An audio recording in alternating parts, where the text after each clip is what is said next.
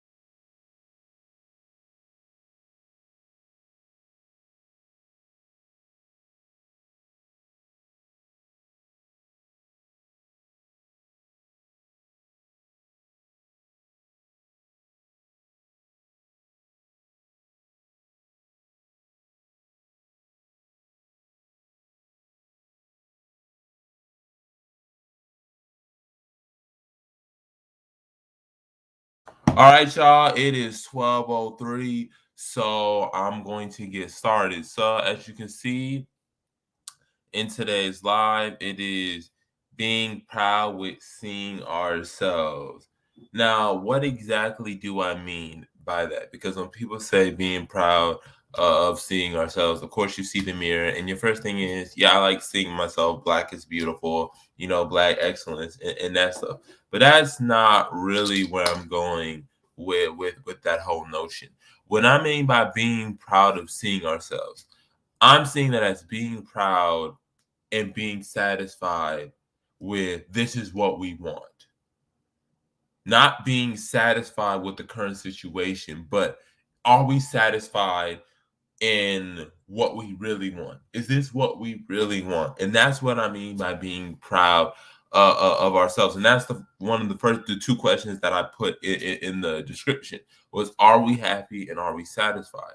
Are you happy with the current things? Are and is this your ideal situation? And are you satisfied? Is this something you can say? I'm comfortable in this position. It's what I like. I can make do. That's what I mean by being proud of seeing ourselves. Peace, United States Atlantic Creole Nationalists. Peace to everybody coming in. I know there's only 3 people. As we start getting more and more people into the chat, that number will of course go up. And of course, for adding some subscribers, let's hope we can get to 1,000 or at least 900 by the end of the year. Hopefully, we can get to 1,000. That'd be a huge milestone for us. Any amount of subscribers and any amount of people signing up to the website is very, very important. So to get back to what I was talking about, are we satisfied with is this our ideal situation that we can be satisfied with? And I'm going to say that it's not. This is not the ideal situation that we'd be satisfied with, or the best situation for us to be satisfied. And I don't think we're happy about that because we have to first define what do we mean by happy and satisfied. Happy. Do you genuinely feel? I define happiness as feeling good about one's situation, purpose in life, and the situation they occupy. So that's how I define happiness. I define happiness as being those three components. I also define satisfied with being comfortable in one's position and one place in society, being being being pleased with how things are structured and being pleased with prospects in the future, prospect opportunities. So those what I would define as being happy and being satisfied. So based on what I said, do you think that black people are happy and satisfied? In the chat, do you think that black people are happy and satisfied based on how I just defined my versions of happiness and satisfied? Happy defining is feels good about their position, their purpose in life, and the current situation that they are in, or the situation they find themselves in, the society that they live in, and of course, being satisfied, being comfortable with one's position, being comfortable or being pleased with future opportunities, the future and opportunities in society. Do you think that black people are happy? Like I said, in my opinion, we're not. But what do you think about in the chat? May make sure you speak in the chat. Give me yes, no. I think so. I think not. What would you do? What would you say about that?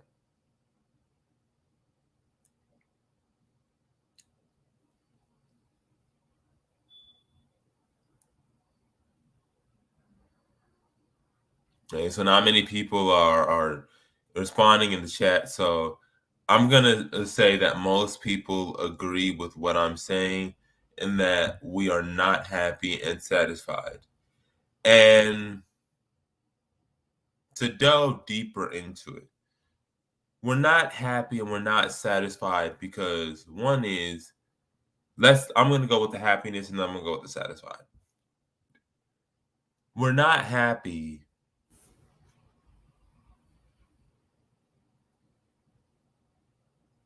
All right, Baruti answers the question. No, black people are not happy in the U.S., but we have been socialized to believe that there can be improvements with repositioning while still under Mzungu news. Being under Mzungu's nuts. Oh my God, Baruti, that is square on, and he's straight blunt with it. But yeah, I say we're not happy and we're not satisfied with things, and let me first start with the happiness. We're not happy with we're not happy because of our position. We're not happy with our position in society. Many of us are trying to find our purpose in life, find our purpose for why we're here. And I like this from Reliable Andrew. He said, yes, not happy or satisfied. And what's more, we don't have a model for what happiness would even look like. And that is a true statement and unfortunate reality. Is we're in a situation where we, like I said, we don't know what it's like to be in a good position in society, to know what our purpose in life. We're still many black people trying to figure out who they are. This is why you got these crazy anti-black, movements. We are Moors. We are sovereign citizens. We are Native American, even though most of us don't have a drop of Native American blood. Oh, he said, okay. He says, no, black people are not happy, but have been socialized to believe that with their lives that can be improved with repositioning while still under nuts. All right, I put your corrected comment on. I put your corrected comment.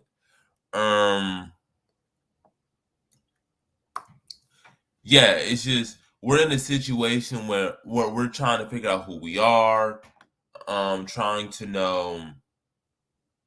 And I'll let you come on, Baruti. I'll let you come on. So let me put you in because I will let you come on if you want to, if you're interested. But we're not happy because, like I said, we don't even know who we are. You got a lot of black people lost and trying just to make ends meet and trying to figure out, you know, what does it mean? Blackness, what is this? And as a result, we're constantly struggling. We're constantly trying to prove to people that blackness is good. If you look in the dictionary, everything about black is bad. Black magic, black cats. Everything that's considered dark is considered black, is bad. You know, the Dark Knight. Everything is bad. And we're putting ourselves in a situation where we have to constantly prove that we're somehow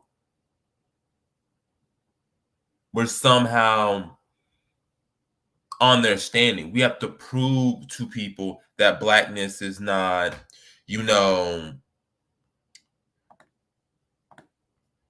blackness is not, bad. We have to keep proving. Like I'll never forget, we had the dangerous black guy. They had a dangerous black guy thing, proving that black people were not dangerous, and it's just coming. Why do we have to prove that? That should not be what we should want, and that's not something that we should have to deal with. And I understand that some black people will say, well, America's the best, is a good country and it's the best to offer. And I'm asking, are you happy? If you're happy with the country, you would not feel the need to be protesting nonstop. If you're truly happy, you would not feel that you would have to work twice as hard as a white person to get the job that you feel you deserve. You would not have to feel that the words that you saying matter less because you're black. Okay? We would not feel that need. So, like I said, if you based on how I define happiness, being happy with one's current situation, being happy about their purpose in life, that's something that we don't have. And the situation that we're in, the reality that they grow up in. No, we're not. And we're struggling. And we're constantly struggling. And to say that this is something that we should want to be in, or we built it, that's not something I take pride in. I don't take pride in building something that I was forced to against my will. My families were ripped apart. Their lineages are unknown. I don't know the origins of what tribe I come from because that was stripped from me. I had my religion taken from me. I got redlined. I got lynched. I got set on fire. I got fed to alligator bait. I had games that were made to mock us and show menstrual cycles. And we're still dealing with these stereotypes today, with Hollywood having 30% of gangs are black, but 65% of all the gang movies in America are black. And to say this is the best situation, like I said, we wouldn't have to be dealing with this. So I need people to be honest. Ask those questions. Are you happy about your current position in society? Do you feel like you have a purpose in life? And is that purpose satisfactory in achieving what you think matches your skills and potential? And it's a situation. Do you like the environment you are in? Do you like the nation that you are in?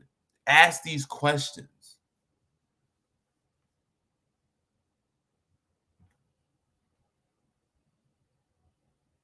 You there, Holly? Yeah, I'm here. I'm just listening to you cook. Oh, I was gonna let somebody else get the mic because I've said my intro, my piece for the first 14 minutes. I'll let Baruti or you chime in on what you think about how I define happiness, how I define satisfactory. We can of course add and we can redefine things. So what do you guys think? Hey, good Peace, afternoon, Baruti. everybody. If I may, Jabari, I'm sorry. When I came on, I probably missed about 3 or 4 minutes. Oh no, the first intro 3 to 4 minutes. The first 3 to 4 minutes were for people What? to get into the chat. So I didn't say anything. So you didn't miss anything. Okay, but what I Peace, meant was Saruti. I missed. Hey, peace. Hold up. What I meant was I wanted you to just go back, and if you would just say briefly what you meant by happiness again. So yes, so how I define happiness is the person is happy with their current position. Are happy about their purpose in life, what they feel like they are here on this earth for, and the situation that they find themselves in. And what I mean by situation, I'm talking about environment. I'm talking about the city, the country. Are they happy with those three aspects? And if not, then to me, that doesn't fulfill happiness. Right. Okay. And again, my response about no, because that's not happiness. No, we're not happy, but we have been socialized to be up under white people, and that we can just reposition or tweak that positioning. Maybe things will get better by and by. I think if you were to ask Black people, are you happy, based upon, Jabari, the definitions that you just gave, they would say no. However, no one has really positioned them or prompted them to say, okay, let's take your definition of happiness and then say, if you're not happy, what should we do about it? Because if you're not happy, then you're going to be in a perpetual frustration. And that's where I think that the civil rights groups have had no answers for what we endure and what we continue to endure. They just say things will get better. And I want to just reference something that's very interesting. We had I live in Florida, in Jacksonville particularly, and last week we had a guest to come through town at one of the HBCUs. Yvette Carnell came to give a talk in Jacksonville. And I actually just went to the talk just to see it. And she was asked, well, it seems like no matter which way we turn in terms of voting, we still end up in the same place. What do you think the solution to that is? And basically, she said, I don't know. She said, we're a captured vote. And so she went on to explain what a captured vote is, that we're just the people that everybody knows that you're going to vote one way because you're too scared to vote another way because you think you're going to get less benefits than the non-benefits you are getting right now. So we're just in a sea of confusion, a stalemate, and we just don't know what to do. And from her talk, I never heard any kind of answers just in general about really how you're going to get reparations or how you're going to be out of the political stalemate. Of course, there was no mention of any Africa plan or anything like that, which is something that the ADOS movement doesn't subscribe to. But why I brought that situation up is because many of the leaders out there, and I put leaders in quotation, they don't have any answers for our people. They just recite rhetoric that just makes people talk about ideas of going forward without anything tangible. And that's why, Jabari, I appreciate what you just uttered about your definition of happiness. I think that needs to be dealt with, and I'm sure Holop will have some comments on that, because that is something we need to think about and challenge ourselves about. What is the solution if happiness is what you uttered it to be?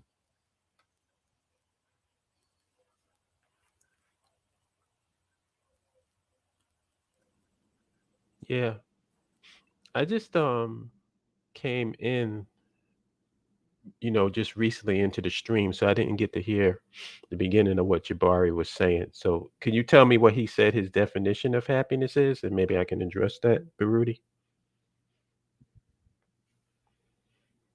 Yes. I hope I do a good summary of what he said, but basically what he said is happiness is, are you satisfied in your present state and in this country, given lack of opportunity, discrimination on jobs, and promotions, circumstances of life which seem to keep us back, given all the circumstances and challenges that we as African people have in this society, weighing all that, are you still happy about your present condition and position in the society? Mm-hmm. Hope I did justice to Yeah, your. you did a good job in summarizing it briefly. I was like more definition or more definitive, but yeah, basically what Baruti said, and I would add just in three like quick bullet points. But like you said, position in society. Are you comfortable with that? Do you have a purpose in life? Do you feel that you're living a reason, that you're just not just living? And are you are you like Rudy said, satisfied with the country, with everything that's going? Do you feel happy, or do you feel satisfied with the situation that you're in, the country situation where you live, the cities? That's what I define as happiness. And I also got something for satisfied, but we're focusing on happiness right now. Okay. Personally, I feel that it's not the government or the country's obligation to create happiness for you in the true sense of what happiness means. But what their goal is, or what their priority should be, is to create the best quality of life for you. And I think that that's something that every government should do for its people. Make sure that um, I always believe that wages should be tied to productivity and cost of living across the board. Because whenever you have a situation where one CEO is making $200 billion and none of the workers are working minimum wage, that is such a huge disparity in wealth that nobody with a conscience can justify how that's acceptable. If he can get paid 200 billion, then that 200 billion can be spread amongst the people in that company that's helping that company make as much money as it is. That's a no-brainer to me. So it's not, happiness is like, I tend not to use the word happy, because happy is sort of like any other emotion. It comes and goes. It's like, to me, like being happy is like thinking every day is going to be 80 degrees and sunny. It's like happiness is like the temperature, you know what I mean? It goes up, it goes down, whatever. What I think is important is a good quality of life. And I believe that that can be, I don't think that that's unreasonable for the citizenry to enjoy a good quality of life. And as a matter of fact, there's places on this earth where that's happening right now. So nobody can say, oh, well, there's got to be abject poverty. No, it doesn't. That's a choice that society makes, you know? But individual happiness is, I believe, going to have to do with um, your possibilities. Like if you have a country that you live in where you can pursue the things that you enjoy, and you have lots of opportunities available to you, then that creates the opportunity for happiness, for you to have a fulfilled life. So that's the way I see it when it comes to the happy thing. Like, I'm big on definitions. I know Jabari is too. So that's my take on it, if that makes any sense. It does, and I would also like to add that happiness and quality of life, there's a correlation, there's not a causation on that. And what you were saying about future opportunities is actually one of the definitions that I put in for satisfaction. When I defined earlier satisfaction, I said are you pleased with your future opportunities and are you pleased with the future and opportunities, and also future opportunities was one of the things that I had defined earlier for satisfaction. And I think that's important once you brought it, because a quality of life creates people who are satisfied. Now, you say happiness comes and goes, but usually for the majority of the time, you're either usually happy and usually satisfied with what you have. And if you're in a situation like we are in this country where you're not satisfied and you're not happy, we're constantly in a state of duress. It's not, there's nothing to look for. Like how can you fit all the criteria of what I define if you're living in a society that's full of racism and inequality? If you're full of a society that's anti-black, you can't be happy with your position in society, knowing that black people are seen at the bottom of the barrel. You can't be happy with being having a purpose in your life if society constantly tells you you ain't worth nothing, you black men ain't this and black women are this. That takes a toll, and that's why I say that. And I understand your point of quality of life, but we just saw with Jay-Z. Jay-Z said he still experiences racism while still being a billionaire, and that just shows me, just because you make a lot of money does not mean you're going to be satisfied or happy in your position. Does not mean that you're going to really be elevated in position. Oh, you So, got to forgive me. However, You got to. I'm sorry. You got to forgive me because I wasn't even thinking about America. that's why. Hold up, that's what I was saying. I was talking about, are we satisfied, happy in America? That's Okay. Right. Yeah. All right. Yeah, I got you. But however, I would like to take Holland's point when he said that he believes that it is the responsibility of a government, any government, to create the best quality of life, for its citizens. And so, as you said that, I wanted to just look up the place right now of the United States on what's called the happiness index. And I'm there is a familiar with happiness that index. chart. And there are 20, they do a top 20 in terms of countries of the happiness index. Where do you think that the United States falls on the happiness index right now? dead last, not even on there. All right. Well, actually, the U.S. is 19th on the list of 20. But in taking that, in taking what Holub said about the government creating, quality of life, I would say that the U.S. is obviously relatively low if we look in comparison to countries of similar, infrastructure and technology, Developed nations. developed nations. So if that be the case, then, and then you brought up about, look at Jay-Z saying, "Oh, I still experience racism." So therefore, the reason that you would have such a developed country, so to speak, where obviously the happiness index for all peoples here are low, is because of the constructs under which the U.S. is based on. So if Jay-Z, as a wealthy person, black person in the United States, says, even though I'm wealthy, and that's noted, but his happiness is diminished in comparison to that, it's because the government is made up of racist people that are extensions of the racism of the entire country of white people. So in order for any people to be happy, yes, I'll grant you that the government should provide the best quality of life, but there's no way that black people could, I guess, truly be happy here if the government is an extension of a country whose citizens are core-bed with racism. I hope you don't think we're in disagreement.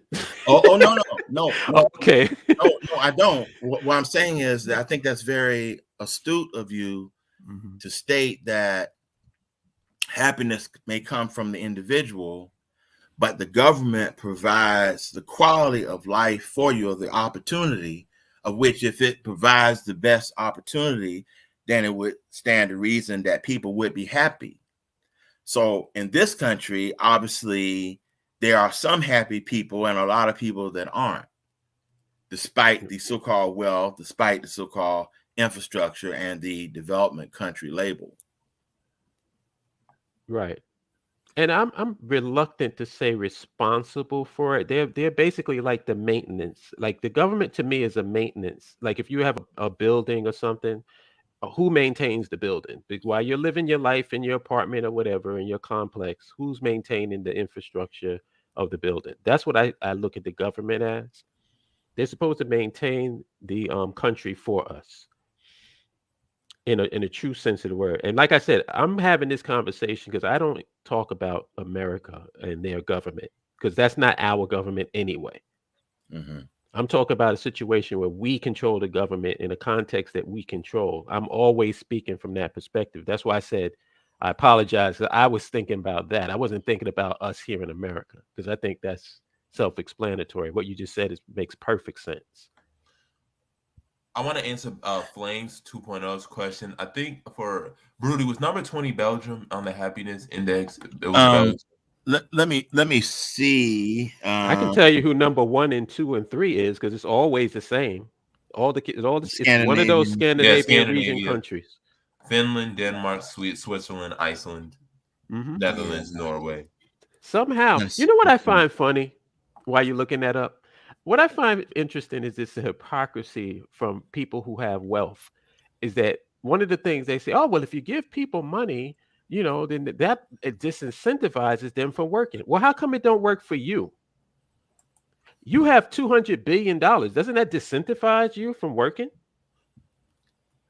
But we all know. You notice the same thing don't apply to them. Like they say, what's another thing that they say? Holla, remember, 20% of CEOs are psychopaths. So right, exactly. Nothing ever applies to them. Like if you're saying that you can't satisfy, you give people the bare minimum and they're not satisfied, yet you have $200 billion and you're not satisfied. You want 400 billion.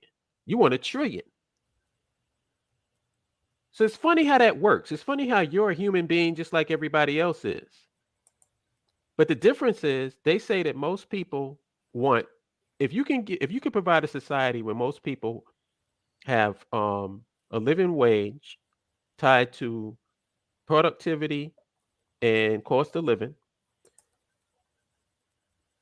a car and a house, and the ability to go on vacation twice a year, most people will be completely satisfied with that.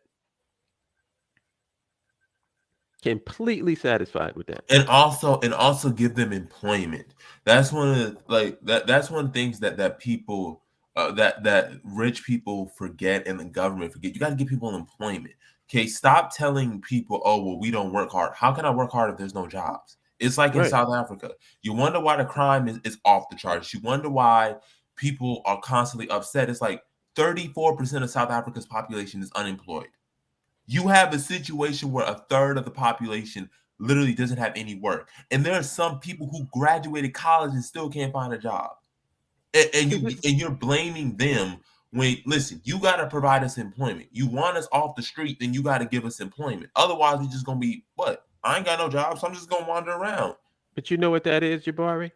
The reason why you feel that way is because you see the function of a corporation within the context of a nation as being there to provide jobs for your citizens, right? Or else, what's the purpose of them being there? Right. But corporations don't look at money. They look at profits. They look at margins. You ask the average person, what's the obligation of a corporation, and they say to provide profits for their shareholders. That's a fundamental difference, and that's the reason why you can have corporations off, what do they call it, outsourcing and getting jobs for people outside of the country. My thing is, if we had a real government that was really for the people, you would not be allowed to do that. But also, we have to add another uncomfortable reality. You have to change the whole system, like economic system, because the thing that Americans don't understand, this is what they created. They created this system. So did the West. Is you Hmm. created a system that's based off of profits. Right. So in order for me to be competitive internationally, I'm gonna have to outsource jobs. If I don't, I'm not gonna be internationally competitive, and that means I can't make money. See, we were having this whole conversation about economic systems, and one thing I said was you had to change the means of production. And what does it mean to make money? Because Right. money is a human made thing. People act like you need money to live. No, we don't. Money is a man made thing that we give value to. And when it comes to the economic system, we could have the means of production be collectively owned by the public, owned by the people, owned by the workers' commune, owned by the union. There are so many different ways we can structure the means of production, but we don't. Why? Because it's become hard for people to even imagine a world where money's not the main driver and the mean productions is not owned privately. You know what would be cool? And if this will never happen, but in a perfect world, we'd be earthlings. Right. There wouldn't be any country. There'd just be the planet.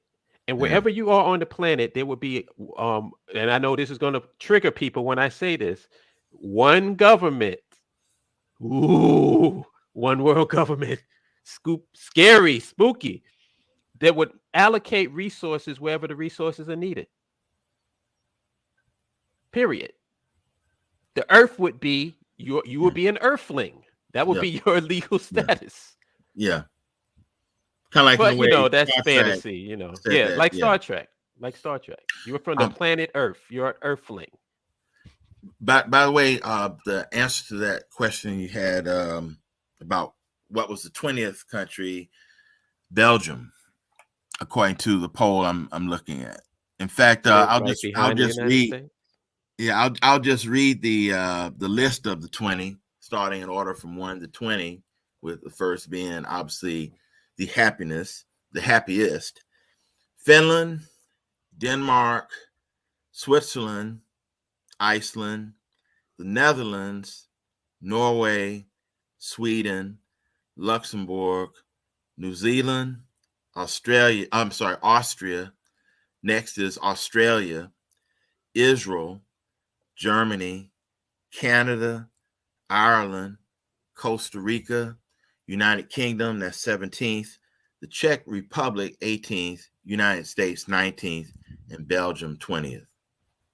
And again, those happiness indexes are based on, polls from citizens across the board about their ideas about, government services, the social welfare of the country in general, technology, infrastructure, overall, physical health of the population, things like that, that all make up a kind of a broad rubrics cube of ideas about life overall that go into this happiness report.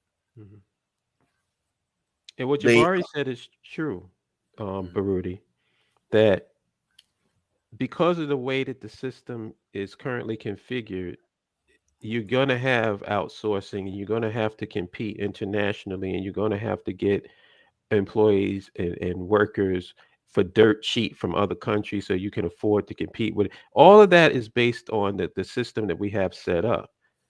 But in the system where you're talking about, like I said, the fantasy system that I'm talking about, then outsourcing wouldn't be a problem because if we had the technology and the technological advancement and infrastructure across the globe, not just in our country, but across the globe, they said that when, like, let's say that what's that thing? The Hyperloop system was in That'll place. eventually happen.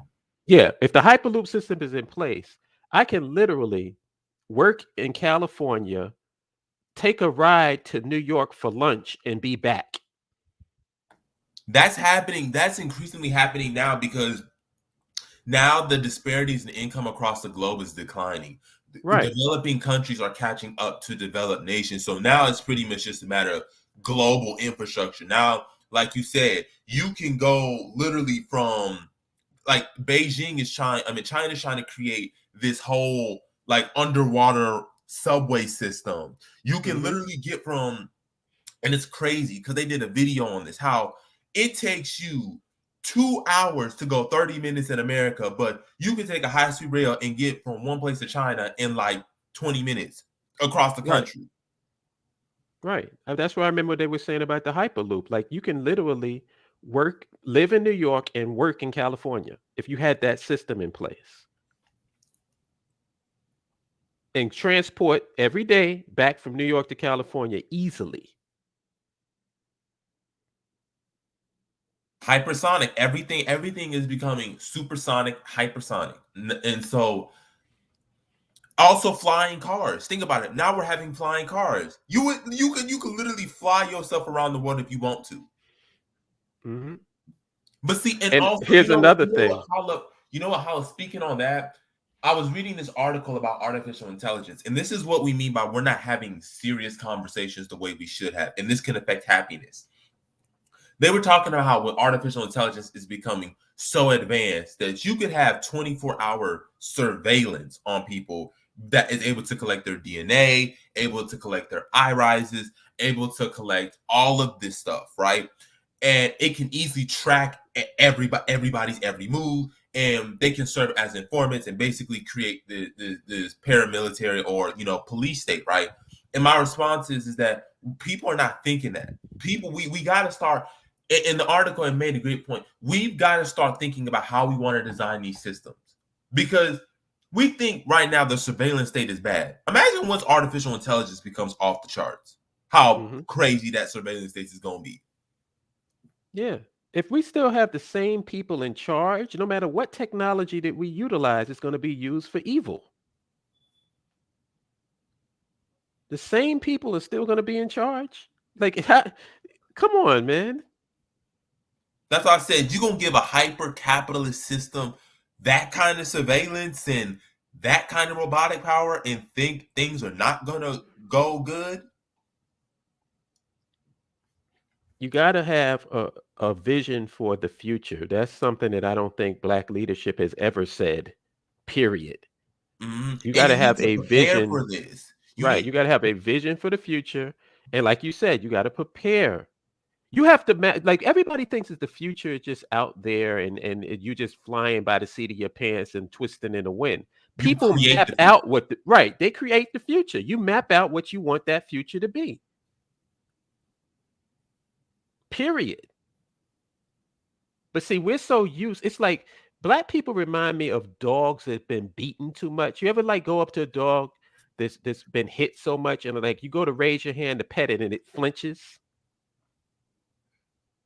That's what we're like. We're so used to being beat up that we can't even think from the position of not being beat up. Everything is always paranoia. Don't get me wrong, there's nothing wrong with a healthy dose of paranoia when you're used to getting abused because you can see the signs and whatever. But what it does, what it takes away from you is that ability to just be a human being. Like I Well, want every Black person to listening to my voice, ask yourself this question. Being in America, do you know what it's like to just get up and just be? Like, and white people have a luxury in this country. They just get up and they just live and just be. They don't have to worry about having conversations with their children, telling them how to maneuver in this bullshit. Oh, when you see the cop, don't look them directly in the eyes. When you see white people, thank you got to you. act like this. They don't have to do that. They just get up and exist. They just be. And that goes with happiness. Thank you, Right. thank you, thank you. Right. With position, like you said, being able to get up and just be going. Like I said, I use my example with South Africa because even with all the issues in South Africa is still 90% Black. So Black people are the majority. Black people can do what they want if they really wanted to. Black, and also I don't have to worry about the microaggressions because majority of the people in the country are what? Black. Black. So That's like why I can when I went to Rwanda, man, I miss that place to this day. I feel homesick that I'm not there because I was so fucking comfortable. It's like when I went there, all of that weight that you feel on your shoulders in America, it just drops. And for the first time in my life, I went into a place where there was black people in power, all I saw was black faces and no aggression. I didn't get one side eye like they do stare in Rwanda, but it's not maliciously. It's like more of out of a curiosity stare, like, oh, this person is interesting. I never seen them before, like stuff like that. But no ice grills, none of that. I did got zero attitude. It's the same thing with me when I was in South Africa. When I was in South Africa and I would be walking in on campus, nobody knew I was an American until I started speaking. And it was like, oh, the accent. Otherwise, everybody thought I was just a regular South African or somebody from another African country. And even then, that's the privilege of just being able to be when you're in Africa and people ask you, where are you from? And then they ask you, where are you really from? Some people may, oh, well, what is that? Like, they may get offended, but I take pride because they see you as African. That right there confirms your African identity. The fact that when they ask you, where are you really from? They're saying, what part of the continent are you from? Right.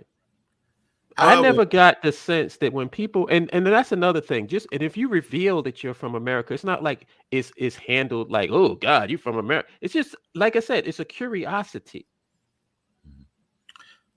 However, I do believe that all you all are saying is true. However, I do believe that in the U.S., the black people here could be doing better, despite racism. But this is what I mean: doing better relatively. But first, for a people to be doing better, they must first of all acknowledge and embrace who they are. So if we are an African people, and I'll go back to something I've said on previous shows, any people for themselves have to customize their identity and what they embrace on 7 major areas: mythology, social development, economics, politics, ethos, history, and creative arts. And technology obviously as a part of creative arts. But those 7 collective areas have to be intersected and integrated so that a particular people exists for themselves underneath that definition of how they see the world, how they see themselves, regardless of the physical geographical space they're in. And so we have not defined ourselves on those 7, and we have not defined ourselves as an African people. Now, would it be better if we were in a space of our own? Yes. But we could be doing much better than we are, but we lack those integration of the 7, and then we don't define ourselves as African people. So whatever resources, whatever collective leverage we could have in this space, we miss out on all counts.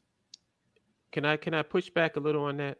Please not do. Not a whole lot. I don't want to make it seem like we're in disagreement because I agree with everything. I would just add this caveat.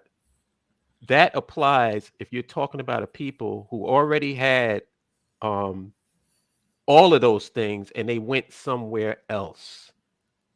We're dealing with a people here who never had that. They was ripped from us. We were enslaved. We don't know what it's like to have any of those things. We must craft those. So that has to be like, so when you say minus your socioeconomic, I can't minus that when it comes to us. Because that's the reason why we don't have a connection with the continent. There's a reason why we are the way that we are. It is because of our socioeconomic and political state. So that's the only thing that I would add. What I'm saying, we have to work to embrace that. Yes, right. We do. Yes. That's what I'm saying. We got to work to embrace that. For example, I just want to give a dichotomy of something.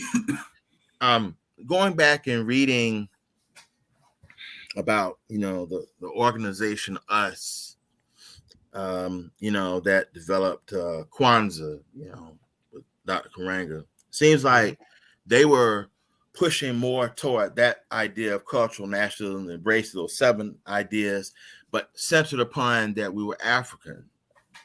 Okay. Now, when we go back and read some of the history books, just in terms of the way people think, when the Black Panther Party came about, they were at odds with the US organization, I guess for various reasons.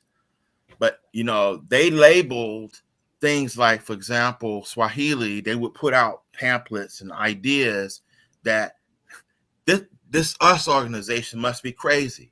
How could a language like Swahili free the black people when guns would do that? And wasn't that the US organization was saying that Kiswahili would just completely free you, but you have to have a knowledge of yourself through language, culture, and ideas that weld themselves into your mindset about how you translate thought into action in your daily life. So therefore, when the Black Panthers made fun of dashikis, they made fun of African clothing.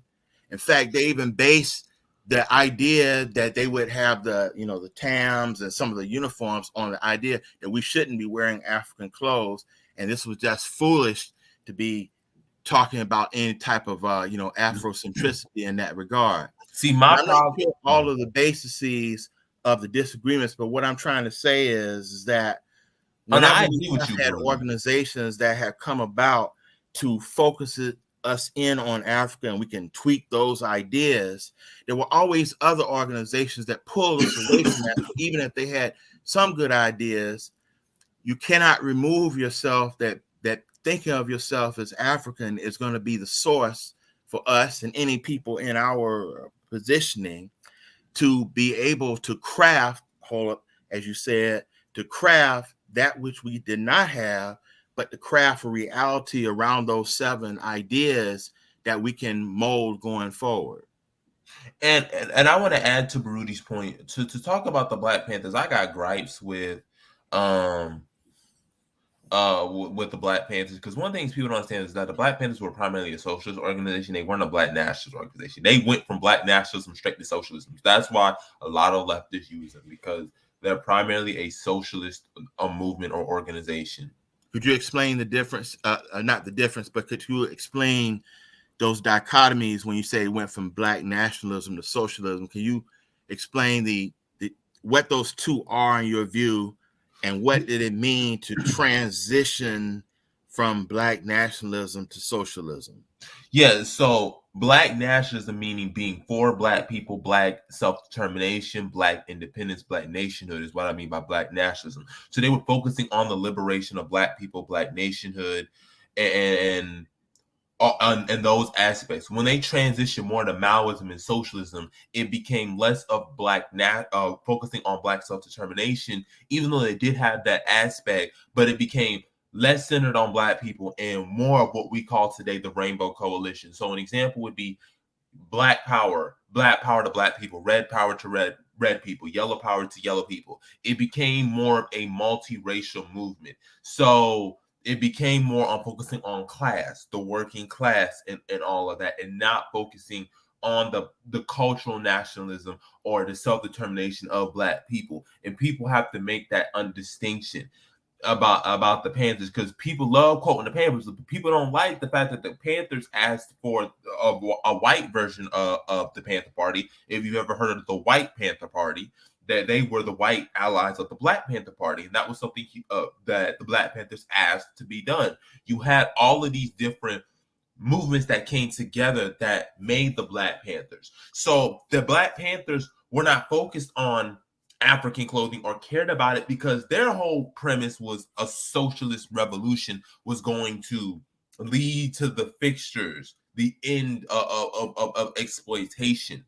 So that's the distinction that people got to understand when the Black Panthers transition from Black nationalism to a Maoist socialist or a movement, particularly Maoist, because the Maoist aspect was, we need like you said, the guns would free us. That's more of the Maoist principles. So, but I liked your point with the us, because the thing, we don't even talk about Africanization. Let's look back in the early 1800s. I even found out, I was reading a article from Ebony magazine, surprisingly, from 1969, and I'm going to do a video on it, but it was talking about how Black African people were trying to go back to Africa since 1714. They knew they were African, and it's got to start with that very simple premise. We are African. We are African people. Like Hollis said when he was doing his videos. The reality of it is we're African people. That's what it is. Not Black American. Listen, Black is a very vague term. We are African Americans. We know what African American means. It refers to the large progeny of African slaves. Jesse Jackson specifically said that when he made the statement back in the 1980s, and y'all were alive when he did it. You know. Well, actually, he's being Can actually I address something? Go on, Hope. And I probably need you and Jabari are like my voice of reason, so maybe I'm out of line with Why do you assume you're not reasonable? I'm not. I'm very immature. On the screen it says some will, some won't. That's why we must have multiple power bases. Whenever I hear that, you know what goes to my mind? And I'm not saying that I totally disagree with that, but what instantly goes through my mind is, oh, the black man, we worried about Africa. The black man controls the universe. That's what goes through my mind whenever I hear stuff like this. Can we do one goddamn thing first? All this multiple shit. I'm so fucking tired of hearing about this. Oh, well, we don't have to have one power base. We can have multiple. How about getting one? Can you get one, please?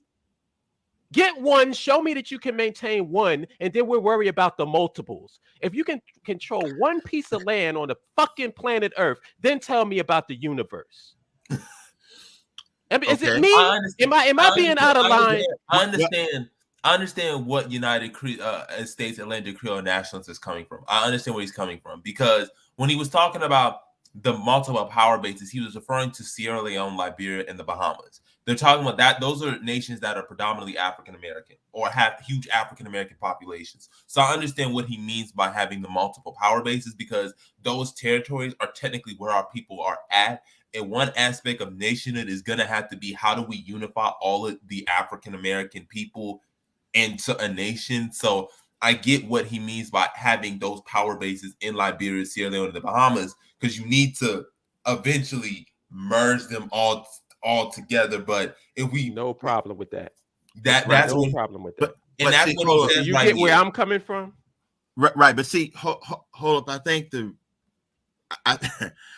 reason that those kinds of statements may frustrate you is because we haven't had enough success with people agreeing that they're African and coming from an African type framework, so that you and others are battling this notion that, you know, maybe some people embrace being African, but then other people just say, I just want to be integrationist. I just want to be an American. I think I'm a Black Indian. I don't see myself as African. But I think that if we could agree on that we're African in wide circles, I think that even if you had differences with others, we could come to healthy compromises, because everybody would basically be in the same room. But I believe that we can't really get in the same room, because some of our movements are based upon one particular focus of the 7 areas that I talked about. So when Jabari talked about the Black Panthers went from Black nationalism to socialism, that's of course a political ideology, but politics is only 1/7 or 1 out of 7 of the 7 areas that I mentioned. We would have to have all of those areas that I mentioned, the 7 that I repeated earlier, to be integrated together. And that's what makes a functioning idea about a worldview, about who a people are and where they can go. Just taking 1 of the 7 or 2 of the 7 skews everything away from how the other components are helpful. And I think that's what we're missing. And I think, that's the frustration that you might be enduring when you're talking to these voices. and that's but I think it's something else too. It's like, All of those 7 things I agree with, and I think that that's what we need. What I want is for us to create the context for that to happen, because it's not going to happen in a foreign land. It's not going to happen when you have no political, socioeconomic, and political power. You're going to sit up there and try to carve out your little existence in this hellhole. It's not going to happen. Mm-hmm. All of those seven Let's things get can be let's get dealt in an with environment. Let's in get this in an environment. environment where Swahili can be taught to the masses without it Mhm. being interfered with by somebody else's agenda. You try teaching Swahili as a second language in United States of America, they got a And problem with Spanish. yeah, exactly, and I agree with Hollis' point to a degree in that you have to factor in the fact that when we talk about a piece of territory, we talk about language. The first, not only do we have to teach the language, they got to be able to use it every day. Because Thank you. I've tried to learn Swahili. I've been trying to learn Swahili since high school, and it's hard for me to become fluent because there's nobody to speak it with. It's Thank hard you. for me to speak it with. When I was in South Africa, I could learn how to speak Zulu because I'm in a country where people speak Zulu. So Thank all I got to do you. is ask my Zulu friends, "Hey, yo, help me out here." But since I'm in America, we don't want to say it, but one of our great sisters that talk about, we are an internally colonized people. There's a phrase called internal colonialism. We are an internally colonized people. Period. That's true. Thank But you. but those 7 areas can still be. We can still operationalize them where we are. I'm not saying that there aren't limitations. But I mean, not Baruti. This is the point. I'm not disagreeing with anything that you're saying. What I'm saying is, if you want to grow flowers, wouldn't it make sense to grow them in fertile soil rather than a swamp? Yeah, Technically, that makes sense. But since we're already here for right now, technically, you can grow it in a swamp. You might be able to get a very small yield in the swamp, but if you grew it in fertile soil, you would have crops. That may be so, but we don't believe that the 7 areas collectively make for us to be a people. The first problem is we don't see ourselves as African. But yeah, that's the source of it right there. That's but true. we do. Okay, we do. Right. Okay, all right. You're right. We do. So in that phrase, in that he's not talking about every Black American. He's talking about those who advocate for nation. And I get it. We do. So yeah, I understand what you're saying. And he's let's get to some of the comments. He says too many current Black movements are focused on forming dysfunctional color of coalitions, equality, justice, critical race theory, voting, all of these. Yes. Yeah. I want Baruti to understand, I am not against anything that you're saying. I agree 1,000% with what you're saying. My only issue is, if you want to have the best yield of crops, get the fertile soil. And the fertile soil is control over a piece of fucking territory, and not the United States of America. And also, now, once you have that, it makes, like, the very thing that people want in America is 1,000 times easier once we get our base of operations established. Mm-hmm. And also, to add to United States Atlantic Creole Nationalist Party, we can always absorb what those multiple places that you were saying, Sierra Leone, the Bahamas, we can always absorb that into Liberia. Like, we act like we can't absorb these states or discuss negotiations with Sierra Leone and basically say, let's merge or let's create a federation. There's so many ways we can navigate that. So, but Liberia is the prime because that's the easiest and that's the most involved and the most the direct. And no need for beef. United States Atlantic Creole Nationalists, we support you, bro. We agree with everything. Like, we love you, brother. But can I address the African ancestry, like the denial of African ancestry thing? I just want to say this. Let's say that you and I love using sports analogies. I know you're tired of it, but I got to. You're coming into the NFL, right? And you got all these teams that you got to play. What's the first thing that you have to do before you can even start practice? You got to have tryouts.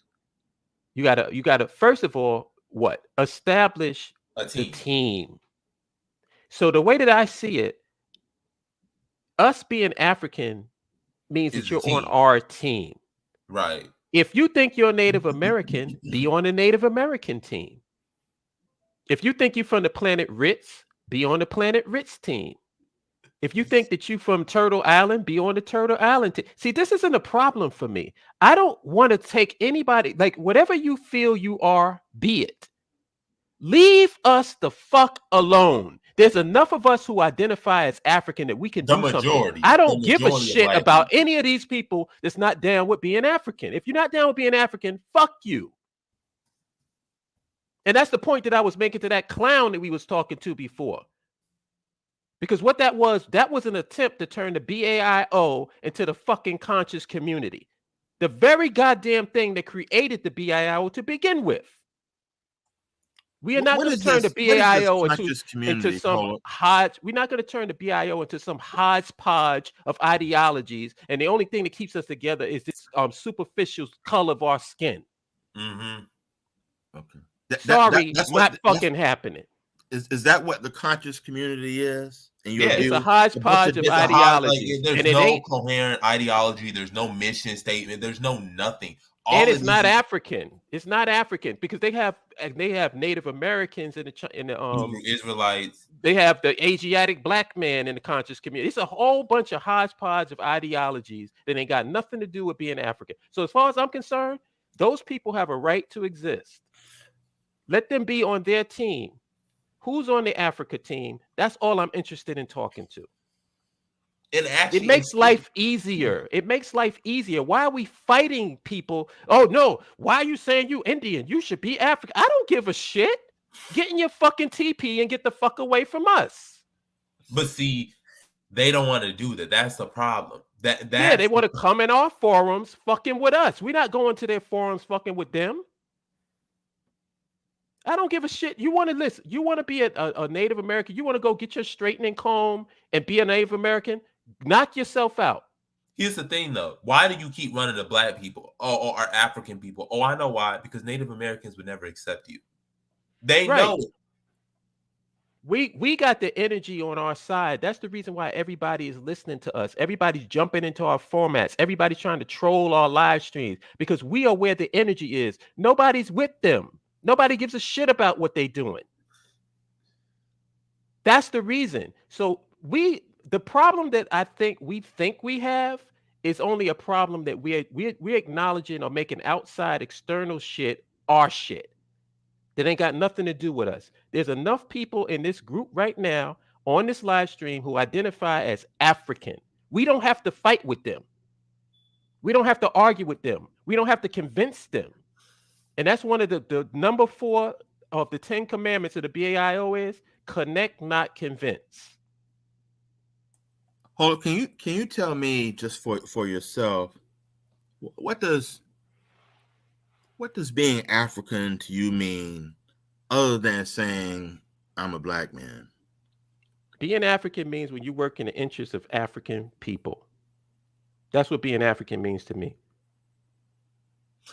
When your whole ideology, your socioeconomic and political mind state is evolved around African people. That's what being African is. So that definition means that I don't have to be born on the continent to be an African. Right.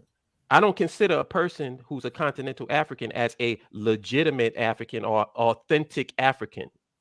Because some of the biggest Negroes that ever walked the face of the earth was born right on the African continent. Oh yeah, that's facts. Well, maybe that's something also that should be more publicly challenged. If you believe that there has been a conversation that the continental African is the legitimate African, and others of the diaspora are not.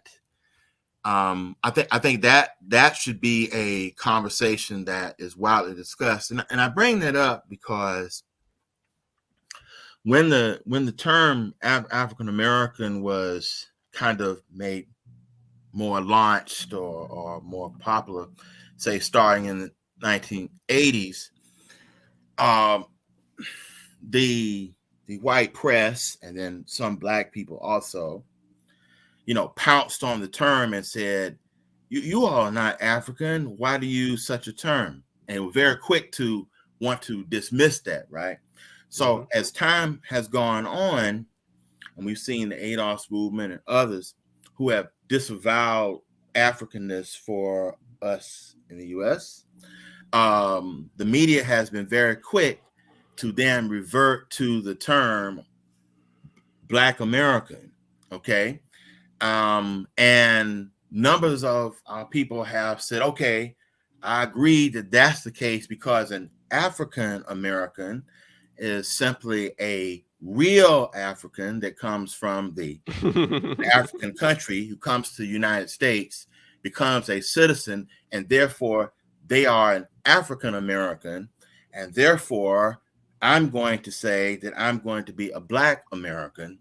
So just in that framework that's playing out now, Hope, I think that's a very, very good discussion to have, that people in the diaspora, Black people in the United States, are just as African, no less, no more, than people who are on the continent, because being African is not confined to being in an African country, but it's a mental state. And Right. Those areas that I mentioned, the 7, there has to be an internalization about who one is in all sorts of ways. So it could even be someone's perception inclusive about architecture, about music, all those things, in addition to your political thoughts and your ideas about economics in working amongst African people for the benefit and elevation of us. No problem with that. But these are subjects that I don't think that we are generally having to the fullest degree, because somehow Blackness or Africanness is strictly about race, as opposed to being ethnocultural, which would include race. But the cultural part is those 7 areas. We don't concentrate on that. We concentrate on race. And therefore, I think that's where we run into a problem, so that even the term Black becomes empty as an abstract. And it's intentional that it's an abstract. It's not an accident.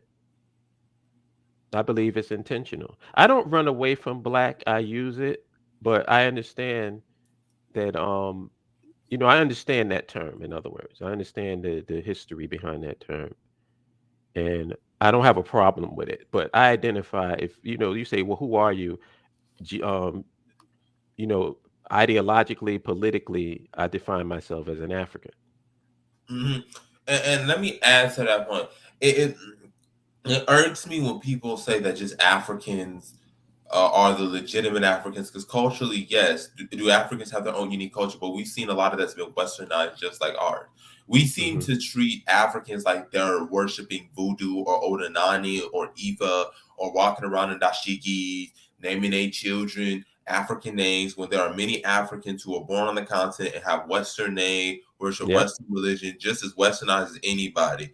But yet we're seen as less legitimate Africans because we were born in the States and not born in Africa. That doesn't make any sense. Because if you was really, because like you said, working in the interest of African people, but also representing the culture, happy about our mythology, our language, our customs, our religions, our stories, all of that matters. Hmm. Right.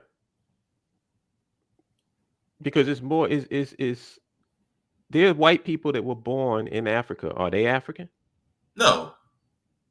You see what I'm saying?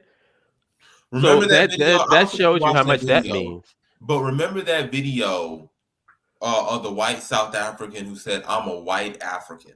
I am more African than Jay-Z, Beyonce, and Barack Obama," because he was born in South Africa.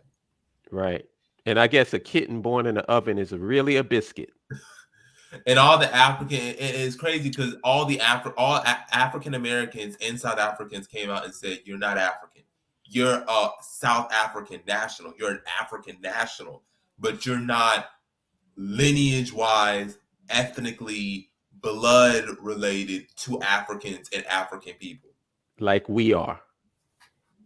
and Well, everybody knows it. your mother, your father, your children, and your grandchildren could be born on a continent. You ain't ever gonna be more African than me.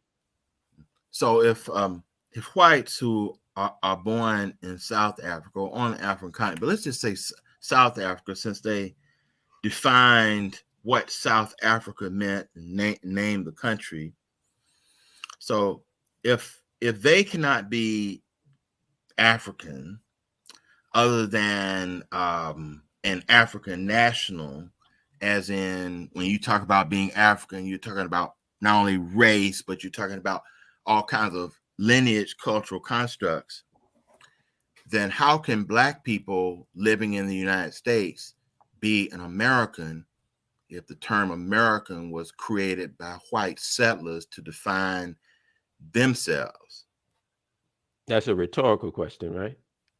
Well, it is rhetorical to you, of course. It would be rhetorical, and to Jabari, it would be rhetorical. But this is a question that we must ask ourselves, because the term Black American is being constantly pushed about, and most of our people would agree that they are an American, as opposed to just saying that they are maybe a citizen of the United States, but that doesn't make them an American. These are the fundamental ideological questions that I'm talking about. I understand, because I think what you're trying to do is you're trying to appeal to the people that's listening to both sides. You're trying to appeal to the people who are the normal, average, everyday Black folks, and who's bending their ear. I get it. Yes, I get it. I totally get it. Mm-hmm. Where I'm coming from is we don't have time. Time is running out. There are And I enough would of us. also, Hold on. There's enough of us right now who identify as African, who want a nation of our own, for us to rally our resources together and get something done. Now, I'm not saying we should give up on people. I'm not saying that at all. I'm saying our focus should be on Liberia. That's all I'm saying. and to add to Holla's point, I don't even think most Black people know they're American citizens, but they're not truly American, because American society has never seen them as American. Because people know that when you say American, you usually mean white. Otherwise, you wouldn't feel the need to have a hyphenated term, right? As they say. But to go to your point, a lot of African Americans and Black Americans do see themselves as African. The thing is, they want, like I said, you have to give people incentives. You can't, it's like what the Black to Africa movement posted on Instagram. And the Black to Africa movement wrote a good post. He said, I keep hearing the diaspora dropped in an extra $1 billion in Ghana during the year of return. Glad to hear it. So Ghana, what's up with that citizenship? Are we going to make this relationship official, or what? And that's really what it comes down to. You have to give incentives. You have to prove that they really belong there. It's not so much that Black Americans don't recognize that they're African. Like we said, we are more popular than what we think. Mm-hmm. The sentiment is already there. We see it literally. You can literally just type it on YouTube, and you can see tons of videos of Black Americans moving to Africa and why we should move to Africa and this and this and that and the third. But the thing is, you got to give them incentives, and that's why we focus so hard on Liberia, and why we need to focus on that, because the simple nature of it is if the African, let's say Liberia right now just said Black Americans are Liberians, they come here, they will become citizens, we will give them access to land, we will allow them to open up businesses. Black folks will show up in mass to show. Black folks will leave in a heartbeat because they have somewhere to go. That's the question you hear from Black people over and over and over is, where do we have to go? Right. Not so much we ain't African, but where are we going to go? Yep. And there's enough of us, man. I never expected the vast majority of Black people to be down with nationhood. I thought in a perfect world, right, at first, in the initial stages, I thought in a perfect world, 5%. Perfect. 5% of the 15 million this year. in a perfect world, and when I say involved, I mean boots on the ground and involved in the process. They might not necessarily have to live there, but they would be involved in the process, either supporting it or whatever. So I've been very, like, realistic in my expectations of what I expect this to be. It's not going to be a whole lot of people initially, but what is? What is? Every time I just saw that movie with about the Serena Williams, about the Williams sisters and their father. Nobody is ever, all people are not there when you're in the beginning stages of a plan. It's always a few people. Because the vast majority of people is used to what? The status quo. They're used to doing shit the way that shit has always been done. They don't question anything. So when somebody comes across with a radical change of doing something, it's automatically greeted with pushback. I had no idea the pushback would be coming from, people who's calling themselves African. That was the one that surprised me. But we got pushback because our stuff is solution oriented. We're tired of talking about this stuff. What are we going to do about it? Let's take it back to the streets, man. When you popping shit out in the streets, what does eventually happen? After all of that talking, yo, son, what you going to do? You going to do something? And if you can't do nothing, discussion over. Yeah, I took your shit. I took your coat. What you going to do about it? I took your money. What you going to do about it? I stole your girl. What you going to do about it? You ain't doing nothing about it. Stop talking about it. Keep it hood. Keep it street. Keep it simple so that way people can understand what's going on. This is not fucking complicated shit. This is not, you don't need no damn doctorate degree to understand what we need to do as a people. The infrastructure is already in place. We've made it as easy as you can possibly make it. Sign up to a free website. Nobody asking for blood and urine samples. Sign up to a free website. Let people know who you are. Do you want a nation like everybody else? Because there's plenty of people that want nation. Wouldn't it make sense to be in the presence of those people? Be surrounded by those people? That's why I used to love going to the slave theater. That was like gasoline for me. Every Wednesday, we would go, after dealing with this system and dealing with New York and all of this bullshit and these white folks, we would go to the slave theater and it would be like a gasoline station for everybody that was there because we were with each other. We were with people of like mind. There were no Native Americans in the slave theater. We were all Africans. And we acknowledged that. We were all on the same team. And if I got a team, if your team doesn't have on your uniform, how do you know who to tackle? You can't just get a bunch of people with different uniforms on and take them out and call them a team. You don't even know who's on your side. Who should you pass the ball off to? But if we all got the same uniform on, and that uniform is us being African, it makes this shit a whole lot easier. Why are we fighting with people who don't identify as African? Why are we having a conversation with these people? That's my point.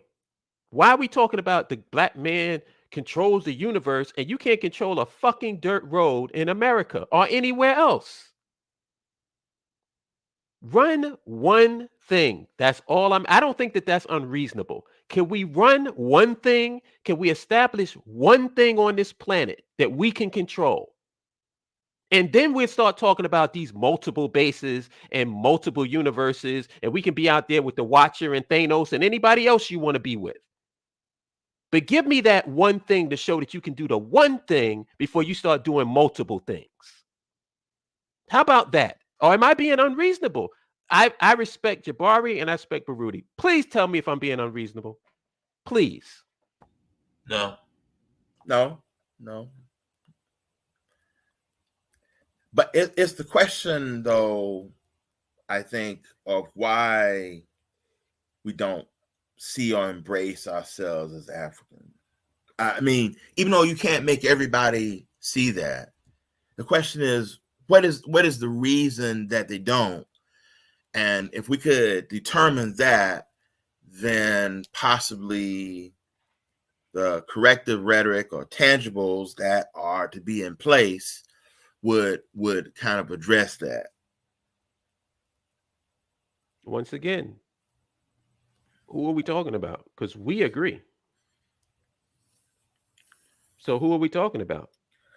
We're talking about more substantial amounts of people, Black people. Why is it that they don't see themselves as African?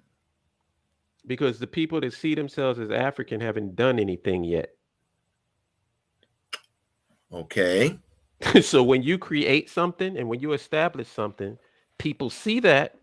People say, "Oh shit, look at what these guys with the BAIO did. Look at what these Black nationalists did. Okay. They established Liberia. Liberia's thriving. Man, I got a friend who formed a trade deal with the he's getting direct trade and goods from Liberia, and now he's a freaking millionaire in the United States. Man, I got to get over there. The proof is in the pudding. Instead of us arguing with these people and trying to convince them of who they are, we have enough of us to get something done. So as the right to abode in Ghana, we have to show. It's that simple. We got to show. You got to give results. Once people see what we do in 2022, then people will sign up. Yeah. That's all. It's simple. I don't make this shit more complicated than it actually is. This is not really, and I do that because I used to be a person coming into the whole culture conscious community. And this is why I can identify with the layperson. I identify with the layperson more than I do with the educated person, to be in fact, because I came from out of that. And one of the things, the problems that the conscious community always had with lay people is lay people come into it and they feel like they got to keep quiet because they're around so much knowledge that they can't say nothing because they don't want to look like they're stupid and all this other stuff. They always look at these people in this grandiose way. Like these people are just so knowledgeable and so intelligent and so godlike to them that they can't open up their mouths. Fuck that. Your voice is just as important as anybody else. You going through the same BS that most Black people in this country is going through. So why isn't your voice special? Why can't you open up your mouth and say how you feel about things? Yeah. That's why when in the BAIO, I like to have a situation where people can express themselves and be around people that can have a fucking normal conversation. That's one of the things that I noticed about the person that we was dealing with the other week. They didn't know how to have a normal conversation. Where I can call up Jabari and say, "Hey Jabari, did you see this movie?" And we can talk about that. We can talk about the sports, whatever, because Jabari is a normal human being. Most of the people in there, I know what these people do. I know what they pastimes are. I know what their hobbies are. I know what they're interested in because I talk to them. I don't talk at them. And this guy is used to talking at people and getting on a soapbox and pontificating. How about having you coming into an organization and you don't even want to know the people in the organization before you start shouting orders and what people should be doing and what the direction of the organization, y'all ain't doing this. Y'all ain't doing, who's y'all, nigga? Who are you talking about? When you don't even know one goddamn person in the organization, you never took the time out to talk to anybody, to have a conversation with us, to chill with us, to kick it with us, to talk about some shit that's not land infrastructure nationhood. But yet you want to come in and shout orders and you got a vision for the man, get the fuck out of here. Come on, man. You can like me, you can hate me. One thing you can't say about me is that I'm not a fucking real person. Because people have met me. People have talked to me. I've gone to the movies with people in the BAIO. I've gone to dinner with people in the BAIO.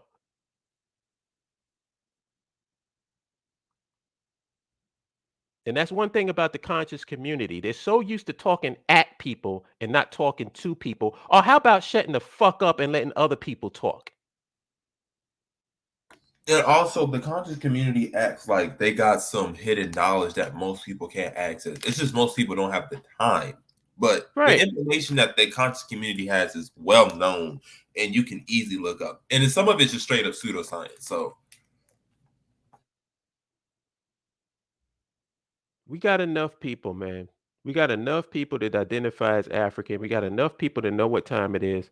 If we spent a quarter of that energy with those people instead of fighting with Negroes, we'd be so much ahead of the game. And I hope that when May comes, that starts the snowball rolling down the hill. I believe that that's what we all want. People want to see results. People want to see tangible things. When we went to Rwanda and people saw the BAIO on the banner of the Rwandan business development, people went, "Oh shit! These people are talking to government people." When the BAIO is sitting down with a Rwandan senator having dinner with him, people look at that and go, "Oh shit! They not just talking shit." What were the tangibles, if I may ask, if you can say, about the BAIO's initiative in Rwanda? You say we're talking to senators and government officials. What were the tangibles that you were trying to get? Well, we weren't trying to get anything from Rwanda because, like, from what I feel, like Rwanda is for Rwandans, and they deserve that. We our intention was never to try to carve out something in Rwanda. What we wanted to basically do was just ask questions about how they got to the way they were. We were very curious about how did you manage to come out of a genocide and build the country up to what it is now. And we had, basic questions about economics, like certain things. I don't want to get into details, but um, when we went to the business development, we asked a lot of questions about private equity funds, mutual funds, stocks, banking. A myriad of questions on that. Um, a lot of cultural questions, like just how is the relationship with the people that once identified as those terms that I won't even mention now, but the terms that they used to call themselves before they called themselves Rwandan. What's the deal with that? Because you had one guy was on the YouTube saying that, oh, there's this tension. And I was like, what are you talking about? We was there. I didn't sense any tension. What I saw were people that were proud of their country. So that's the position that we took. We went there basically because we felt in terms of progressive African nations, they were at the top of the list. And I was told by the senator that the next time that we want to go to Rwanda, we'll meet Paul Kagame if we want to. If he's available, if he's in the country and we there, they'll arrange it, and the next time we go there, we'll be meeting with him. You said that Rwanda is for Rwandans, and you said or it should be, but it seems like the vibes that the country seems to be giving off, or at least as translated by a number of diasporans that have gone there and resettled, is that it seems like the country is giving off the vibes that it is for Rwanda to, develop, and it does have a model for Africanness, yes, but it is also a place that can be open to being a Wakanda, as in a place where other Africans who were not Rwandan can go, and it becomes a place for African people, period, who want to develop the country of Rwanda, not just by ethnicity. What do you have to say about that? That's the impression that I get from the country. I would say that they are very welcoming of African people from the diaspora coming in and helping them develop the country. They're very. I think that they are like the business to get a business started in Rwanda, you can do that in one day. Like they make the process very easy and simple. But what I was looking at it from the BAIO perspective of our need for a base of operations, and I didn't see Rwanda as our base of operations. I just personally felt that's disrespectful to them. They went through a whole lot to establish that country, and I just feel like we have more of a connection with Liberia historically,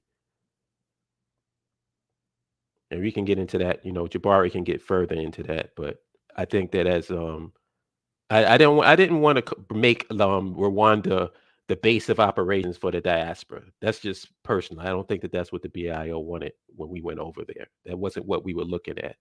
We just wanted to be in a place that was progressive, find out how they got to where they were, just be familiar, get on the continent. That was our first trip to the continent as a collective. Even though we have individuals as in other countries on the continent as individuals, our first trip as a group was to Rwanda because everybody agreed that should have been our first stop. And if I had to go somewhere, if I had to repatriate, I'd be repatriating to Rwanda. Facts. Why wouldn't you repatriate to Liberia? Because it's not up and running. It's not where we need it to be yet. Okay.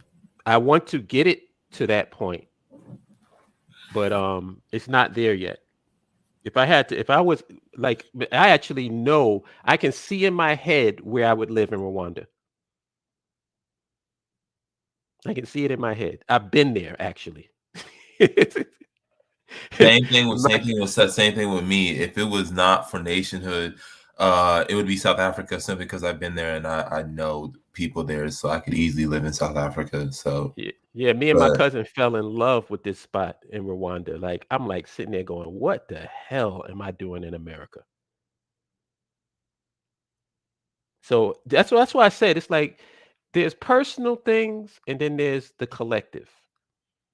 You know what I'm saying? Like that's why I always found it interesting that people would attack me personally. Well, what are you doing? That I'm like, what fucking business is it of yours? What I'm doing with my personal life that has nothing to do with us as a nation.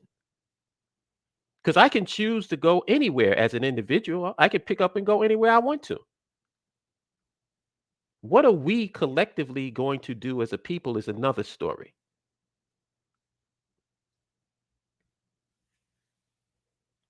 So I just find it curious that everybody, oh yeah, and then you notice that like everybody went mute once we came back from Rwanda. You don't hear none of those people no more. And now we're getting ready to go to Liberia.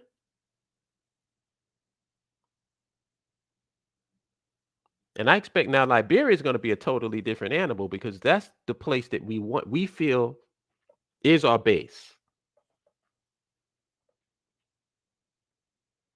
And we have the year of the diaspora on top of that. So the first thing I look at this as a being boots on the ground and feeling things out. Well, I have a question.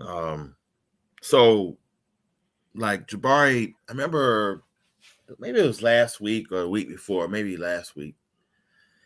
I think like how Holub, explained that he didn't see Rwanda being a base of operation, but Liberia needs to be one to get that up to speed in being such. And you said because of the historical connection. And then I said to you last week, Jabari, I said, well, why is it that if you've got maybe 5,000 to 6,000 African diasporans from the United States that are in Ghana, why couldn't that be a base of operation also or solely, given the historical connections also, to Ghana? And you said something to the effect that you felt like most of the African Americans who are there basically have left the U.S. and basically see themselves as trying to blend into the culture of Ghana, or become one of the ethnic groups of Ghana, and would not like to be, I guess, who they were or who they conceptualized themselves to be within the United States. Could you expand on that a little bit? Because I was not sure that was necessarily true. So that, they didn't see themselves, they see themselves as just being like Ghanaian, so to speak, and they don't kind of remember or want to reconnect with their people that are in the United States. Is that what you meant, or did I mischaracterize that? Yeah, so one of the reason why I say that is because when they go to Ghana, understand that for them, it is a chance to reconnect with their heritage, but their main goal is to be Ghanaian. It's not really to be of African American in the same way that, let's say, us going to Liberia, or Liberia doing the year of the diaspora is doing, because you have to look at context historically. Ghana has, people have said, has been the root of Pan-Africanism, but that really only took place in 1957 when Kwame Nkrumah was elected into office. A majority of the time for Pan-Africanism, it had been Liberia at the time until 1957, like I said, when Kwame Nkrumah when Kwame Nkrumah was elected president. So when you look at Liberia and Ghana, that's where, for me, African Americans who go to Ghana are really just trying to be assimilated into Ghana. They want to get Ghanaian citizens. They want to be considered part of the Ghanaian fabric. Whereas compared to, let's say, Liberia, where you have historical connections and the nation was founded by you, for you, you can notice the cultural differences. Even though Liberia has Pele, Vi, Bassa, Gio, or excuse me, Don, as an appropriate manner, you don't have that fusion of African American culture as compared. It has that fusion of African American culture, whereas Ghana really doesn't have that. So for the 5,000 African Americans who live in Ghana, it's more of a chance to be assimilated into an African culture, become part of an African nation. Whereas Liberia, it would be more of nation building, because that's the country that was founded for you and the nation that was founded by you. And the culture is blended with the African culture that creates this new Creole culture. So you see Liberia as being you over there. Yes. If we look at Liberia, you have a lot of similarities between African Americans and the culture. Just like a couple weeks ago, they celebrated Thanksgiving, which was brought to them by African Americans. The architecture is very similar to African American in Southern culture. You have cities there that are not only named after indigenous areas such as Nimba, Voinjama, Sestos, but you have places named New Georgia, places Virginia. And that's something that Ghana doesn't have. It doesn't have that blend of African American culture with African culture the way that Liberia does. And so when we go to Liberia, you're going to notice a lot of similarities. Even the UNIA, the movement that was founded by Marcus Garvey, had their conference in Liberia. And the reason they did it was because that was the place that Garvey wanted. So yes, there is a difference between African Americans who are repatriating to Liberia and African Americans who live in Ghana, because African Americans who live in Liberia or are making the pilgrimage to Liberia, there's an actual story behind it. There's a story that and that goes into your point of mythos. There's a mythos in African Americans going to Liberia in the way that there isn't with Ghana. I was saying ethos or mythology. Which one did you mean? Mythology. Oh, mythology. Okay. I want to ask Jabari a question, if that's okay. Yeah, sure. If there were 5,000 BAIO members in Liberia, what do you think Liberia would be like? Oh, we would be having citizenship passed, bills being passed, because we would have a strong base there. There are 5,000 African Americans in Ghana. What do they have? The only thing they got is the African American Association of Ghana, and that's really to help them assimilate into Ghanaian culture. The proof is in the pudding. That's the whole purpose of the African American Association of Ghana. Is he said, like iTuber said, they dap each other up in Liberia. They line their hairline like we do. A lot of synergy. That's what I'm saying. There's a lot of overlap.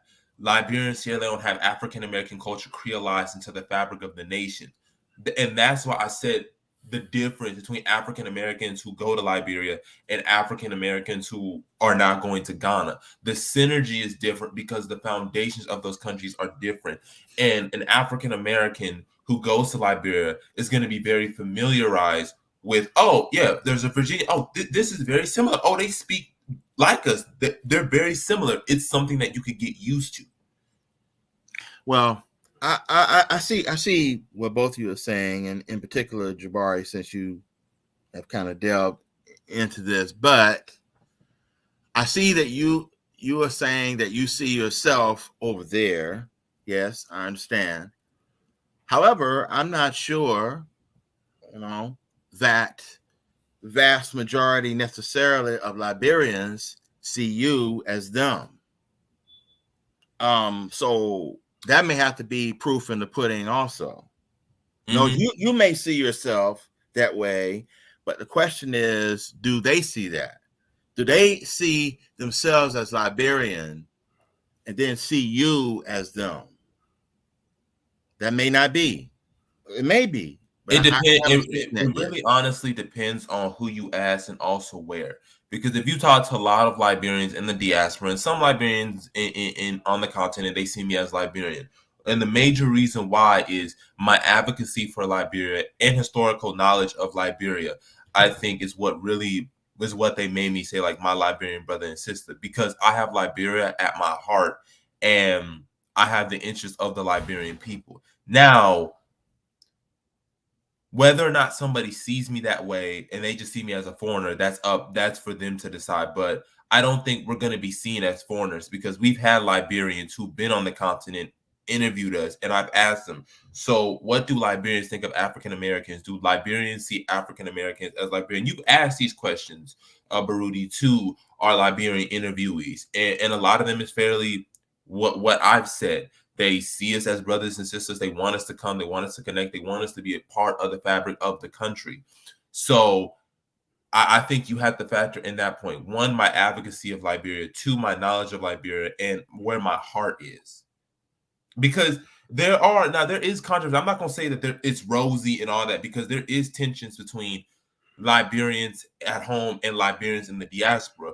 But that's more to do with misinformation and not really what it's made out to be. So an example would be a lot of people, Liberians who live in Liberia, think that Liberian Americans who are coming back to Liberia are taking their jobs, are going to steal, or if they commit a crime, they're going to go back to the U.S. When that's not even at all what being a dual citizenship or the diaspora is coming back for. And so when you address those misinformation, you find out that there is a lot of similarity between us and Liberians, and a lot of them see themselves in us.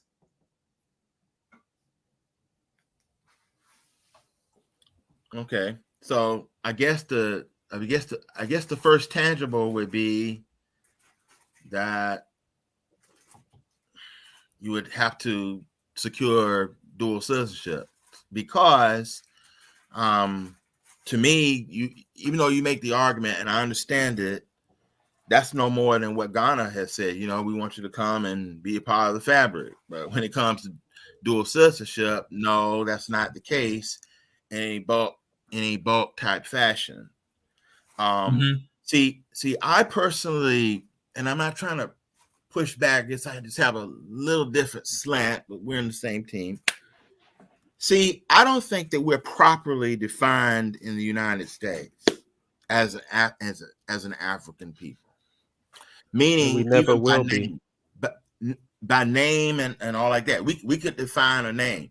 To me, what we need would be to define ourselves by an African name, not just a country name, but a name for ourselves by some African word or whatever, so that can be exported us to any country that we would decide to go to. So if you're not properly defined in this space, then how can you really go somewhere else and either be yourself or blend into whatever you were going to be there? So you may see that you think you have more connection to Liberia, but that may be relative. As you might go to Ghana or Rwanda or whatever and settle there, and that could be a base of operation. When I say for me, base of operation means you have a community there and you create leverage with the other diaspora Black people who are in the United States, and then this still becomes a satellite place, particularly if you're not talking about the transfer of all of our people to a particular site. Then wherever they are, then they're still going to be a satellite community. That's just you can't have a satellite unless you have a nation. Yeah, a nation. And that's what we're saying. I could go to Ghana and stay there, but what country? When people ask, "What is the country that you come from? What is that national identity?" If I were to say right now, what country represents the African American nation or the African American people? What country do you say? That's why we keep pushing for Liberia and keep trying to make inroads in Liberia, because you need a nation to speak for you at the United Nations. Right. I'm saying that any country that you get dual citizenship in would be a nation, wouldn't it?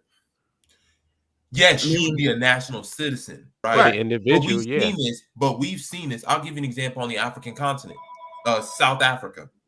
There is some xenophobia in South Africa. Mm-hmm. Let's say what happened in South Africa back in 2019, before I went to Johannesburg.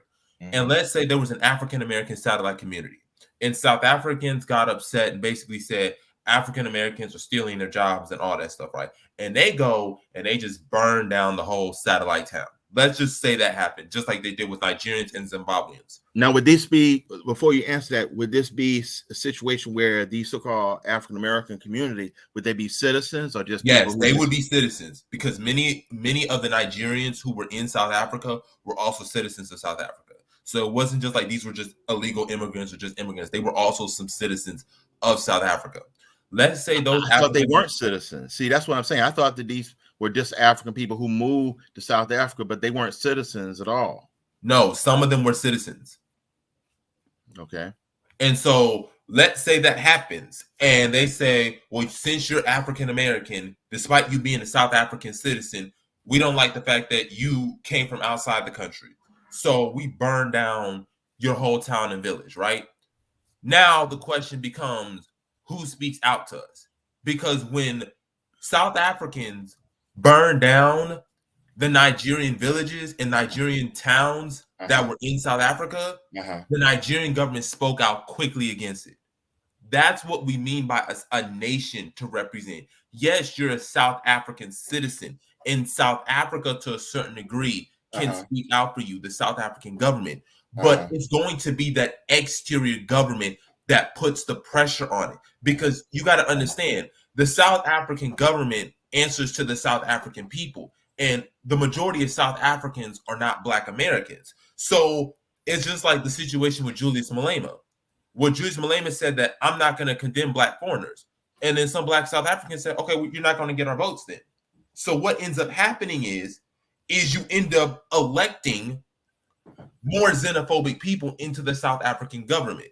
Right. Whereas Liberia is our nation, we would be able to go to South Africa and say, hey, yo, South Africa, we don't like how you're treating our people of national origin. You need to fix this, or there's going to be economic ramifications. So that's why it's important to have that base of operations, like Holip is saying. It's not saying you're right, you're wrong, and that that the country that those Black Americans in those satellite communities wouldn't be the country that would represent them or wouldn't be a part of. It's the fact that if something goes wrong and that government, under the pressure of its own citizens, their other citizens, can't do anything, there has to be that base of operations that can respond to you. That's so when you go to Liberia, who would be the government that would speak out on your behalf? It would have to be the Liberian government, right? Yeah. But since we run the Liberian government and we're in fabric with the Liberian government, it's essentially ours, and the culture is already basically ours. Yeah. So we wouldn't really have to worry about that. Yeah, because but see, that's what I'm not convinced. Because we got Liberians right now in the government who are the descendants of freed slaves. See, that's what I'm saying. I'm not sure of that. In other words, what I'm saying is Liberia is a different country, and I don't see it as an African American country. But see, this is the problem. I see it as African Americans of 5%.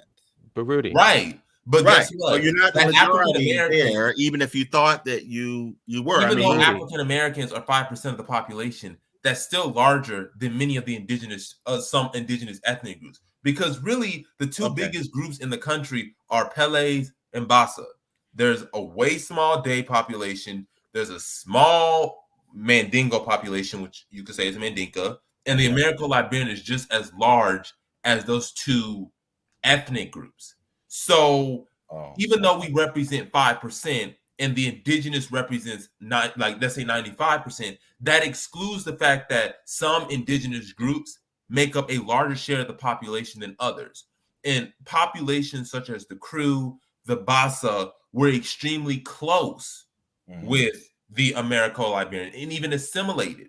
So you have a lot of people in Liberia right now who are mixed ethnicity, who are, I know personally, one of them is Bassa, the other one is Americo-Liberian. They're still Americo-Liberian. They just also have Bassa background in them. Can I add something? Yeah. There's a term called pick your poison. Have you all familiar with that? Yeah. I don't think that the looking for the ideal utopic situation is what the deal is. I think we got to know we got the same situation here in America.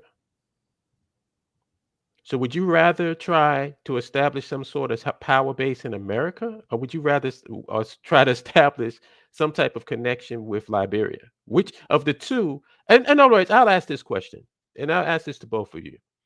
To be this ideal African people that we have in our head, whatever you think that might be, what's our best chances of achieving that here in America or on the continent? Well, I personally believe we need to define ourselves here first. That's not what I asked. But we're already here and we haven't done that. And because we haven't done that, then that's a problem for me as we try to reconnect with the continent. So you're saying, I just want to be clear. So you're saying we can do it here. We can develop this ideal African here in America, and then we're going to transport it over to the continent. Well, we have to do it first here because we already live here. In other words, when I say establish that, I'm not talking about whether you have a government or not. I'm talking about what you believe an African to be and who you are as African. Those 7 areas that I talked about. Being African is a mindset, regardless of whether you have a government or not. It's being people. So if we were, let's just say we had a term, like let's say we were the Maboma people, right? Let's just say, and Maboma means many villages, just since we came from so many different places on the continent. We had a naming structure. There's nothing preventing us from not having African names. There's nothing preventing us from having our own ideas about worship. I mean, for God's sakes, the AME Church, African Methodist Episcopal Church, created in 1787.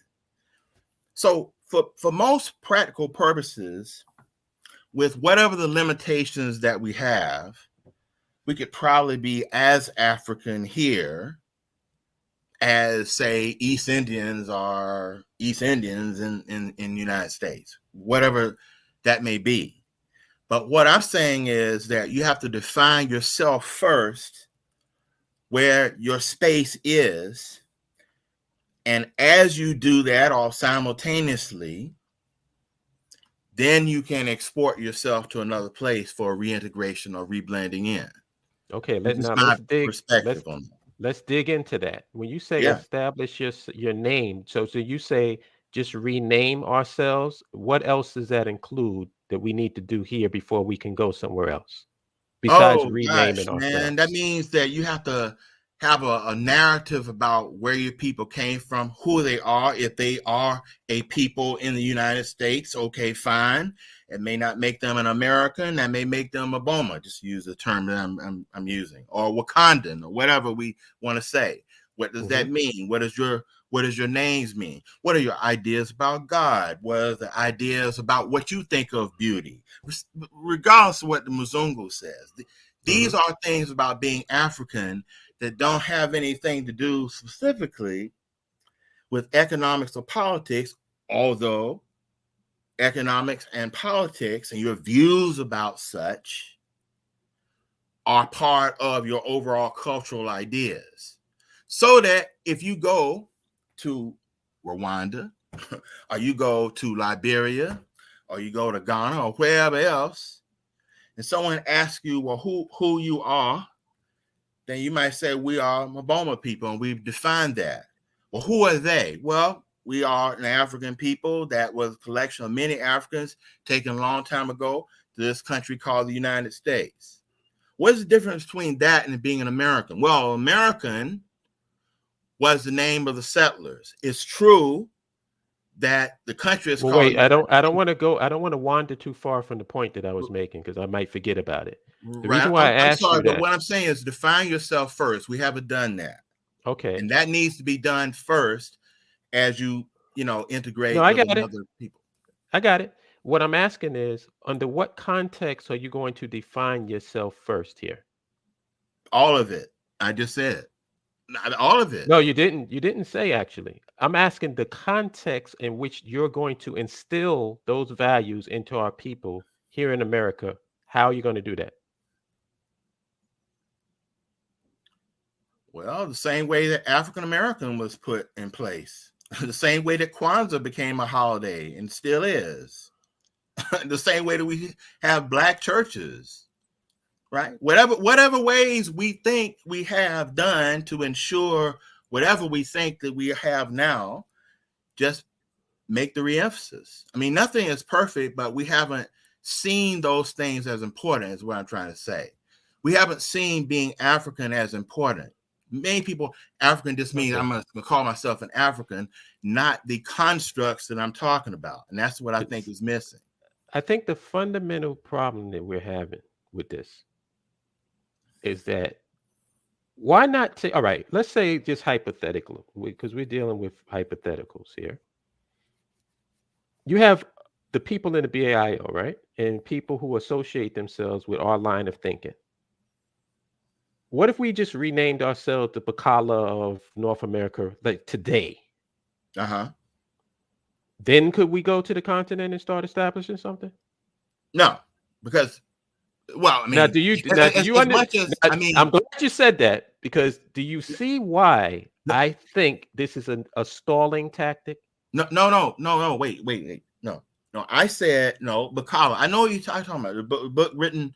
I know you're talking about the brother Asah Imhotep. When you said Exactly. Bacala of North America. I know you're talking about. Which I had Yeah, a problem. That was a good book, actually. it I was a good like the book. I book. know. Yeah. I know it is. Okay, we'll use the term Bacala. Fine. But being Bacala is more than just calling yourself that, though that's a good start, right? It includes other kinds of things as well.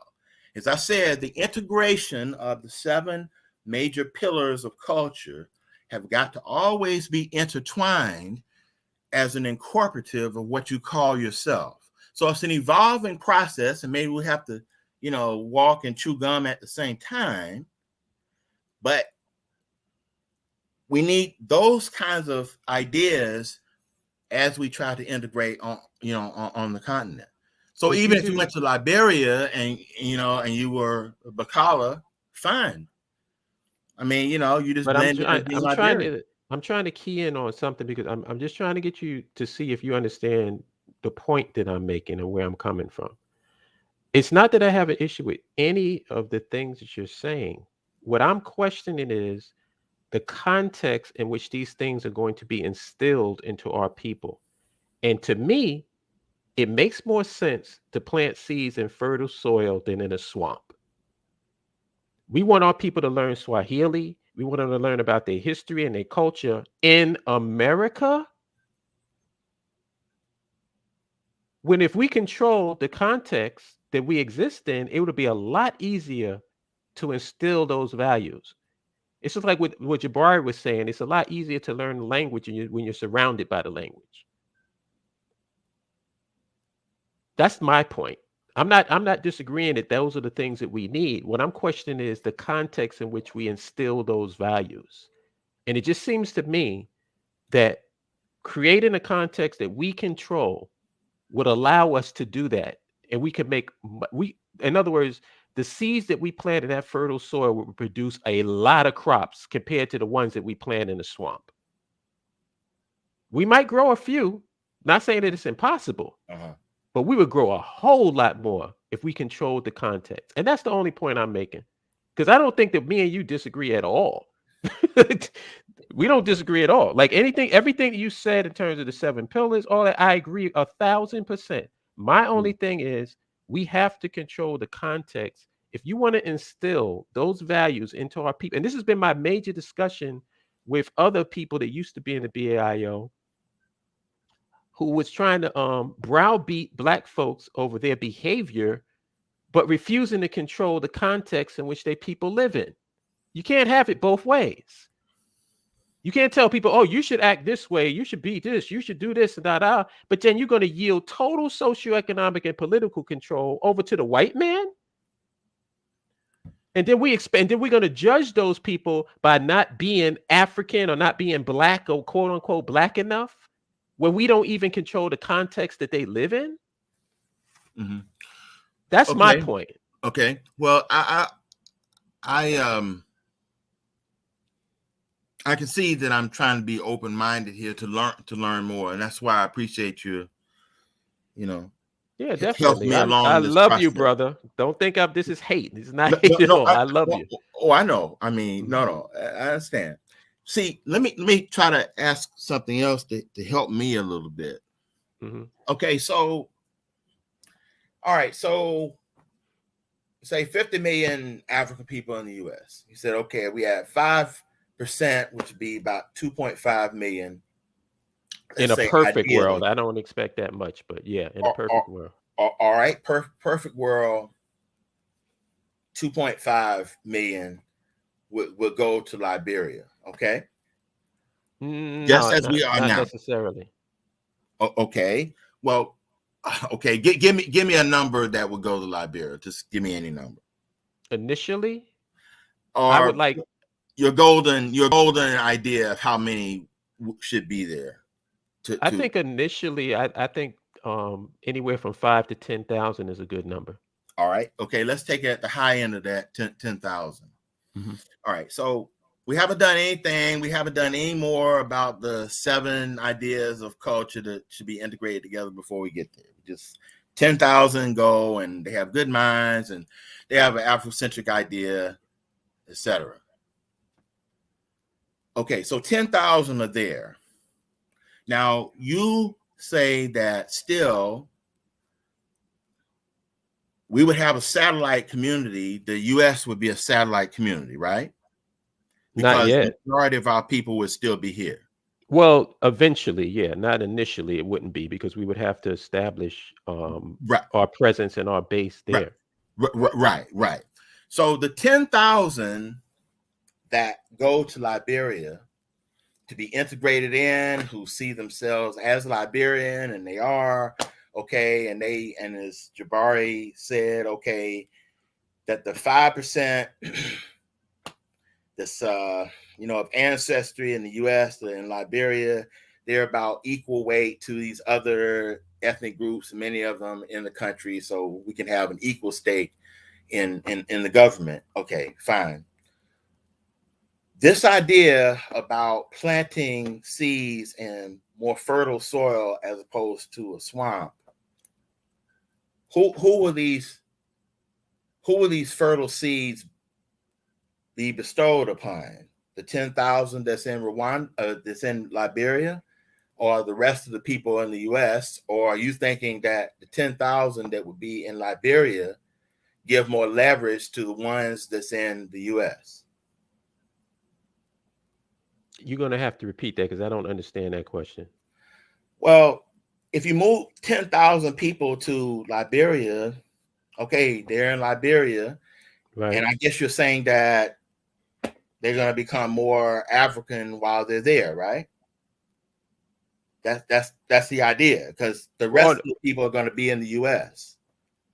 No, what I'm saying, well, in a way, I'm saying that if you have this ideal of what you're saying that we need to do before we make a move, the chances of us becoming that are greater in Liberia than it would be in America. That's the point I'm making.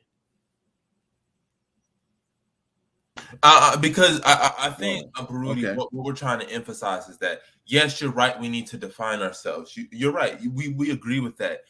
But if you don't have the environment to fester that, to really allow for it to grow, then it's not going to stay long. We had this Black Power movement where we were defining ourselves as African, and we kept doing it, but we were not in the environment for us to nurture that. What ended up happening? It was rocking through the 60s and 70s. By the time the 1980s came, and holla if you knew this, we wasn't on that anymore. That faded after the 1980s. Maybe we stopped.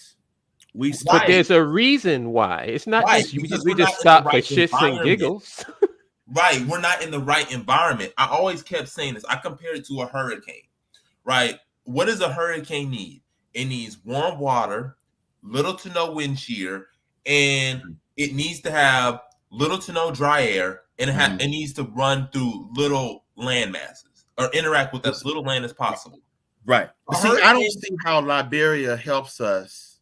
Let me finish the statement. I do see how Liberia helps us, but I don't see how Liberia or any African country helps us overall unless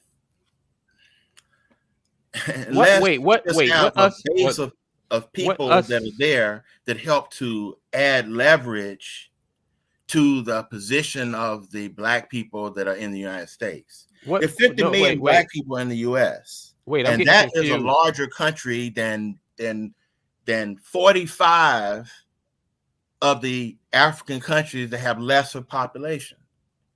So Rudy, I'm getting confused. Well, because you said that we were dealing with the 2.5 out of the 50 million. Now we're going back to the other 45 something million people. Well, okay. No, I said 2.5 million because you said that you would like to, ideally, in your perfect world, you wanted 5% of the population of Black people in the United States in Liberia. Right? No, I said I wanted it would be in a best case scenario, 2.5% would be involved in the nationhood process.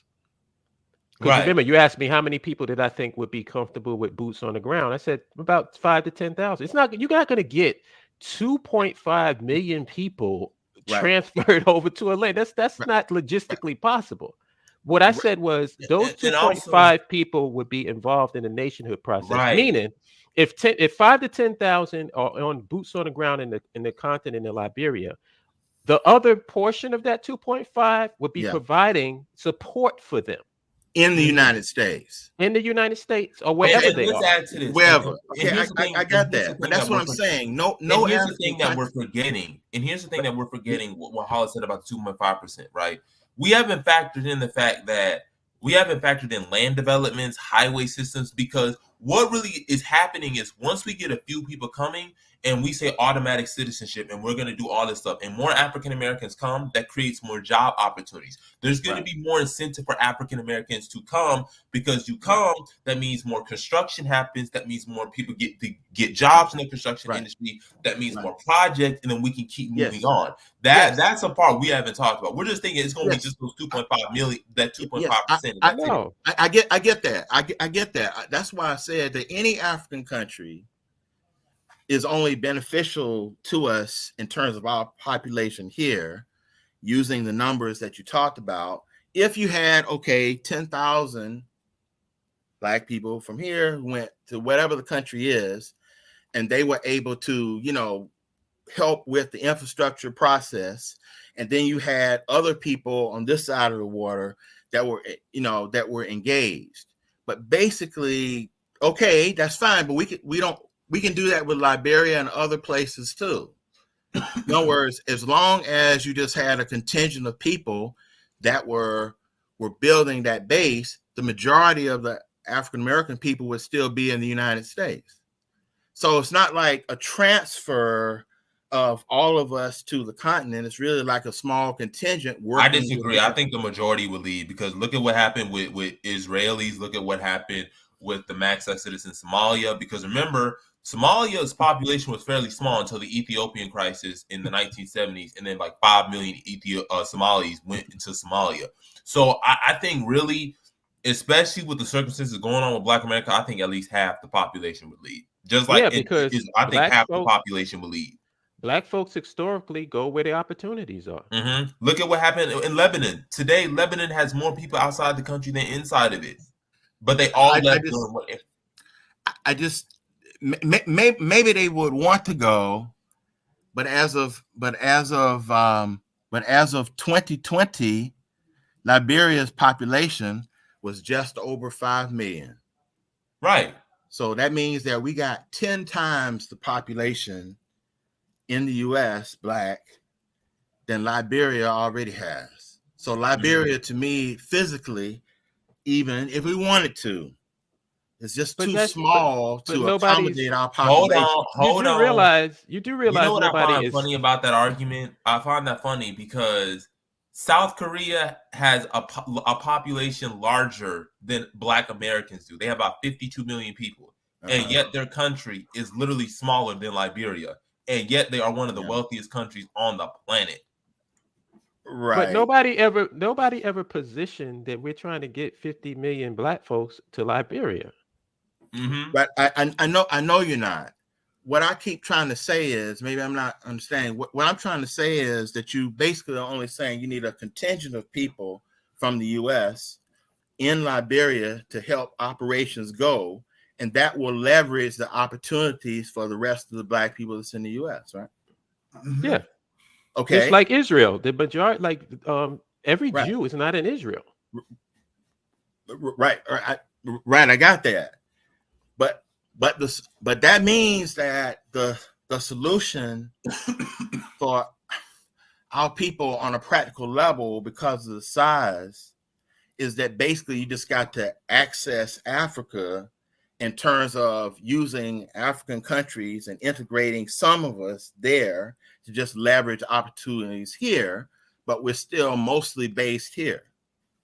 That's all I'm saying. So the only slight difference I would say is that I'm talking about a base of operations, and I think you're talking about multiple. And let's add to this point.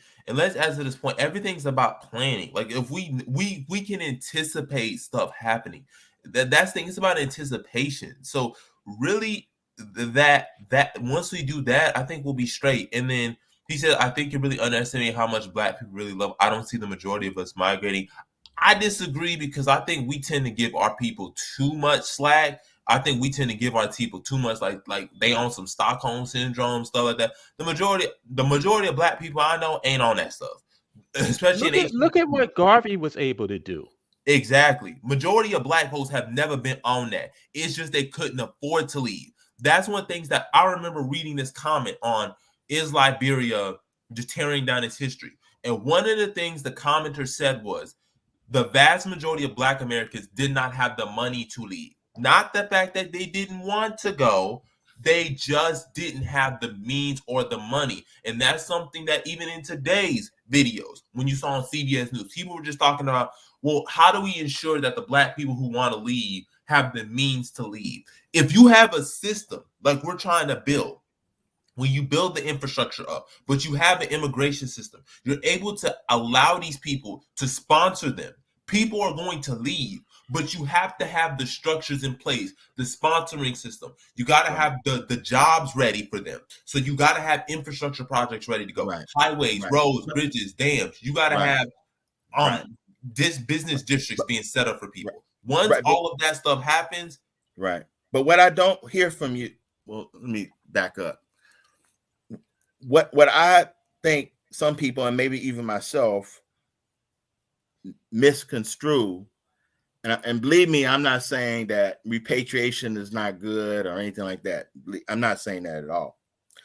What I'm saying is that that's why I have to keep asking questions. And it's good you're asking questions.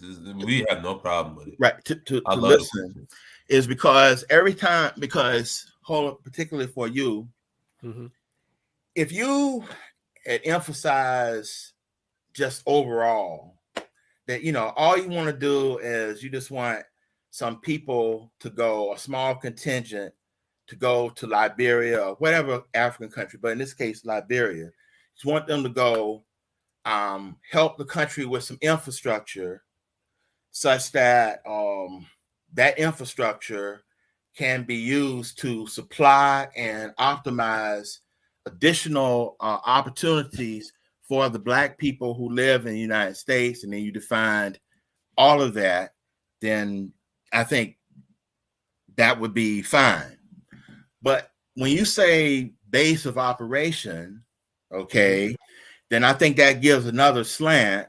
And then when you keep saying that, okay, well, how can we, maximize anything in the U.S., then that makes people think that you're just saying that, hey, what we're trying to do is we're just trying to find a way for all of us to giddy up and go. Now, that may not be what you're saying, and that might not be the finality of it, but that's what it sounds like. So that's why I have to keep asking questions about what do you mean by a base of operation? You know what? I'm going to be blunt then. Then, yeah, that's what we're saying. That's what we're saying. Yes, the vast majority of Black people should leave. And as a matter of fact, we're going to keep making the case, and we're going to keep doing what we're doing so that we can make the case. Because ultimately, that's what it's about. This debate that we're having, Baruti, has been going on for centuries. We just got to make it come to fruition because it's been provenly known throughout most of the history that they have supported our movement. It's just they didn't have the financial means. Once we get that done and once we get that up and running and we create the stuff, majority of them will support. Because let's be real, how many Black people have said we need our own government, we need our own nation? We've literally heard this over and over and over again.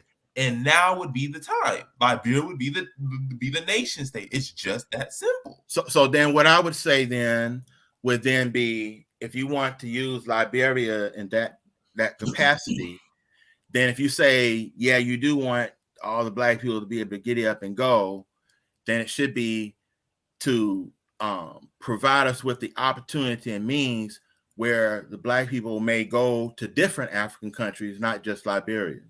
We have no problem doing that. We have no problem sponsoring satellite communities. That'd be part of our plan. We would have no problem sponsoring satellite communities, sponsoring scholarships. I've been looking up different universities in Africa to allow our students, college students, if they want to study outside of Liberia, that they have to go to an African university, like the University of Cape Town.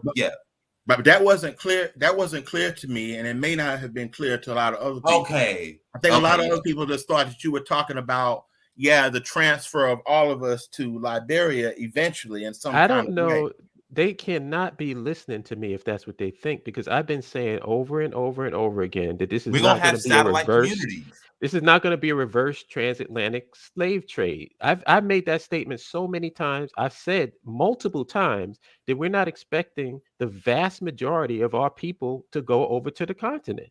No, but that's what Jabari just said. That's what he wants. No, he said, yes, ultimately he's saying that that's what should happen. But what I'm saying is initially that's not going. It's not even logistically possible. The first steps is not going to happen. The first steps is going to be a few thousand of us, 100,000. And then once we get stuff up and running, then that's when we start focusing on that. But when we're in the initial stages, in the small circle, it's only going to be a few of us, like 100,000. But once we start building up the infrastructure, once we start sponsoring stuff with different African countries, making agreements with different African countries, Okay.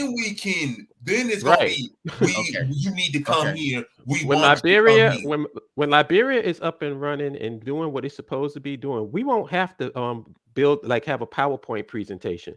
People Right. is going to see what's happening and they're going to want to be down like Right. everything else. Why they flooded to Harlem because they thought there Right. was more Okay. opportunities there. Okay. Okay. So Liberia just is a jump off start for us to be able to create the leverage where our people have access to not just Liberia, but other African countries in which to Yes. eventually repatriate, given Yes. the means and economic wherewithal if they so choose to.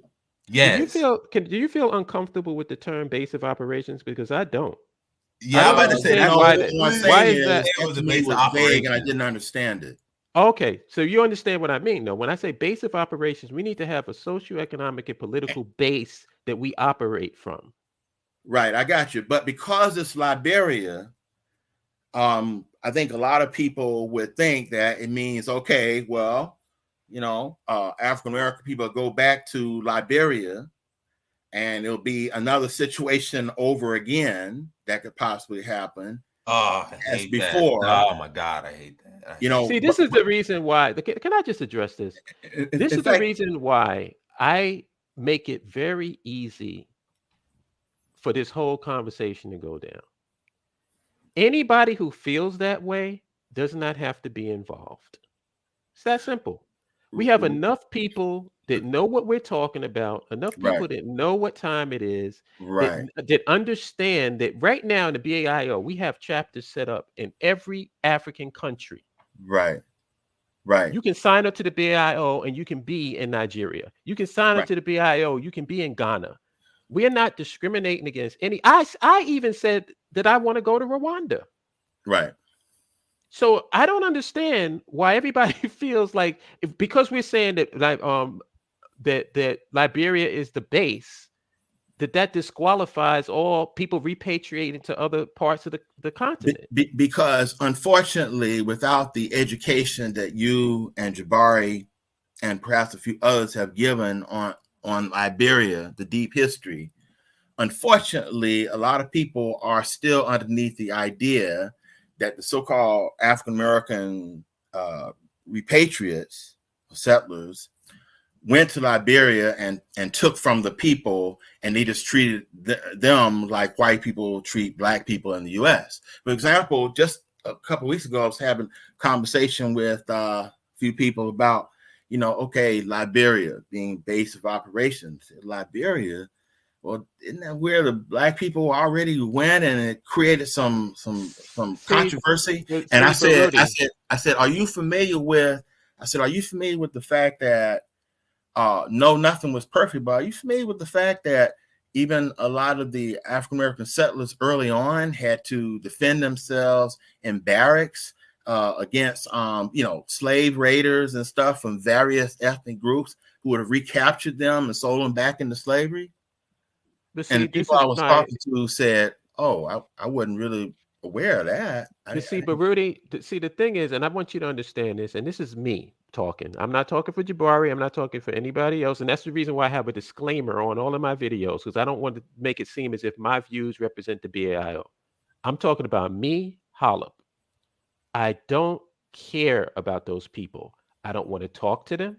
I don't want to convince them. Whatever they feel, let them feel it.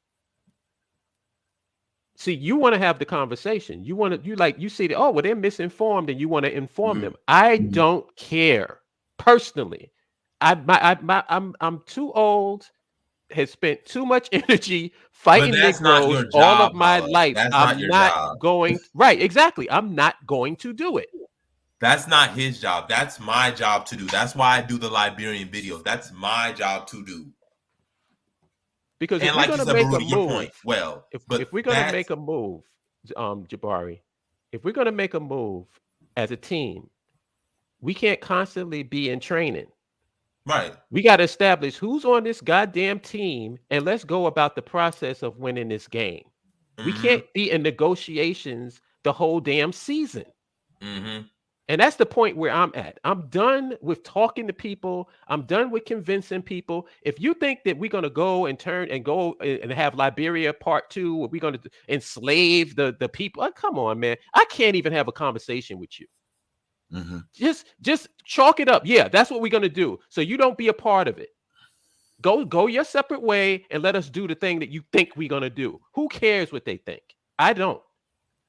I know that there's enough of us that know exactly what we're talking about, that we can do what we have to do and accomplish the goals that we want to have to accomplish without trying to convince Negroes who thinking that we're doing something else or who are not even down with what we're doing. I have no patience. I have no time for them. Me personally. And I'm pretty sure that I'm mirroring most of the people in the chat too. Yeah, I mean, most of us are. I'm done. We got limited energy, man. We got limited energy on this planet. And I'm done trying to talk to people who is not down. I done been through this shit for 30-something years, man. Exactly. I have no energy. I have no energy left. That's why people like Jabari said, he has the energy and the vigor to do it. Because I'm young. Understand, I'm 20, I'm 22. So I'm still gonna be around for a good 60 years. Right. I can't. All I want to deal with is people of like mind. Mm-hmm. And also, I'm looking to retire. I'm looking to retire in peace and. Right. You don't want to be in my position. I should have been retired like 5 or 6 years ago. I'm still burning the midnight oil with this shit. Come on. Nah, I can't. And then I'm going to waste that energy, that freshest few energy that I got left to try to enjoy my life arguing with Negroes who are intentionally a lot of it is just disingenuous. I can take. Yeah, I'm about to say some of it is disingenuous. Yeah, like if you have an honest misunderstanding, because as you can see, we're very capable of explaining ourselves. Mm-hmm. But if there's somebody that's being disingenuous, and I'm going to sit there and try to, because I've been in that before. I've talked to people and they've been totally disingenuous. Totally disingenuous, where they don't agree with. If you don't agree with me, then just say you don't agree with me, and that way I can move on. I don't have to even deal with your ass. I can deal with the people that agree with me, and we can go about doing what we got to do. Because I'm quite sure everybody on the New York Giants, if you're not on the New York Giants, you don't want the New York Giants to win the Super Bowl. Mm-hmm. That's not your team. Why would you care? But if you're in the New York Giants organization, I'm assuming you want your team to win. You want your team to win the Super Bowl. You want your team to be the champions. So anybody that's not on our team, I don't care what their thoughts and their opinions are. Personally, I don't care. That's me personally, Hollop. Like I said, Jabari's totally different because he has the energy for it.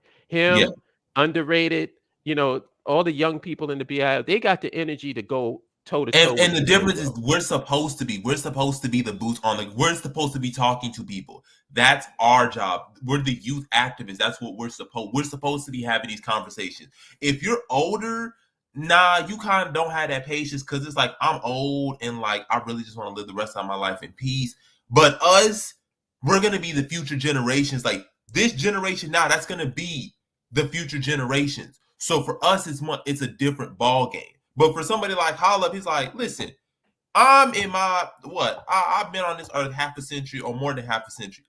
I can't be doing activism anymore like I used to. I can't do it. Right. That's why I said it's like this nationhood is bigger than one person, man. And I always knew that I probably won't see the nation state established. I mean, I'm trying as hard as I can for it to be because I don't want to have nothing go down without me being there. I want to be able to see the shit. But let's be realistic. It's the pace that we at now. We're actually having discussions about whether or not we should have it. See, that's the discussion on the table. And I'm like, what? You mean at this particular point, with all the bullshit that we're going through in this country, we still at that stage? Right. See, hold up. Bear with me again. Bear with me. What I'm saying is, when you use terms like the nation state, what we were just talking about doesn't sound like the nation state. When you say nation state, that sounds like I want to take black people from here and establish a nation on the continent, okay. But when we were just talking, I said, okay, so the idea is to have a contingency of African American people to go to Liberia, boost and optimize what they have to expand opportunities for the black people living in the U.S., trade, business engagements, other sorts of things, even interconnection with other African countries, so that other black people eventually, when their economic means grow, they can move to the continent, maybe not Liberia, maybe other places, maybe Liberia. And everybody said, okay, that's okay. But then when you come back and say about a nation state, that sounds different to me. But why would it sound different when I already explained it? Because are you trying to see things from the point of view of the people that don't understand me? No, I'm just saying, because I guess you I should wouldn't use that term because that means something different to me as I understand. But you can't be confused, Baruti, because you asked me the question and I answered it. So then I'm not confused. I wouldn't use the term. The term that you use, nation state, is confusing to me, not what you explained. But it's still confusing to you after I explained it? No, because what I'm saying is I think you're using the wrong term for what you mean. I think nation state is the wrong term for what you have outlined. Hold on. Let me address this, right? Because Liberia, I was the one who came up with that idea. So I'm going to say the nation state, yes, Liberia is the African American nation state. We are trying to make Liberia the nation state. We are trying to get as many black people to come to Liberia as possible, and then satellite communities in Rwanda, South Africa can come.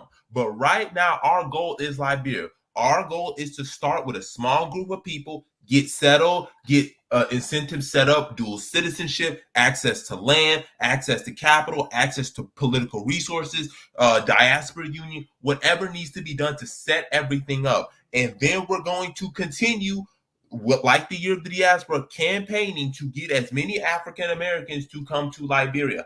That is the plan. And then those who are unable, who don't have the financial means, we will have satellite communities. But it needs to be clear to every African American that Liberia is the nation state, period. That's it. That's what the BAIO is advocating for. We recognize that Liberia is the nation state. We have historical connections to it.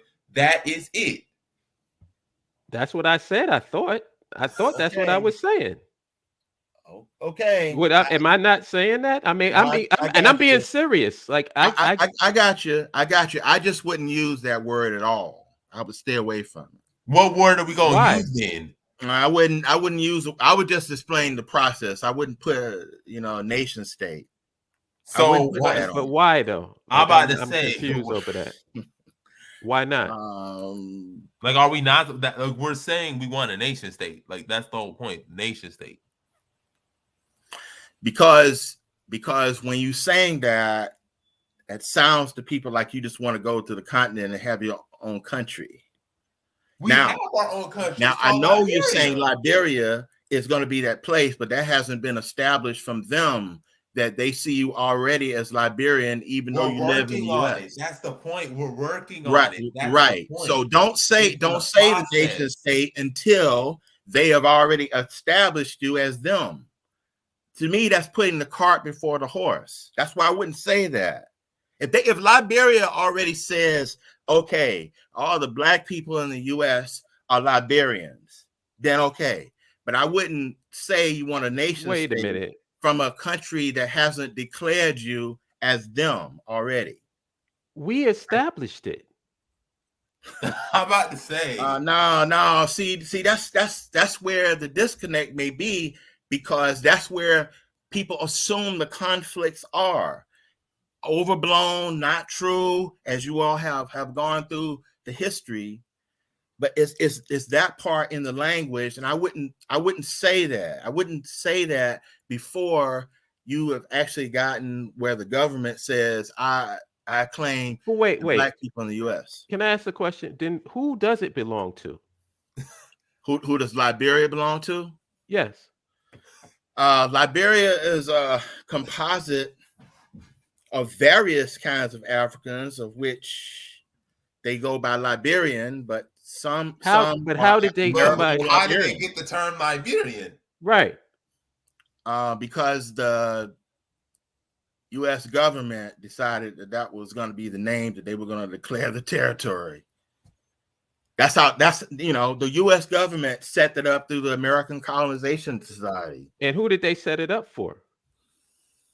Also, well, it didn't work out. It didn't work out. Where did the American Colonization Society come from? We've already talked about this, but that's the point I'm saying. Well, the first question that Hope asked is where, who did they set it up for?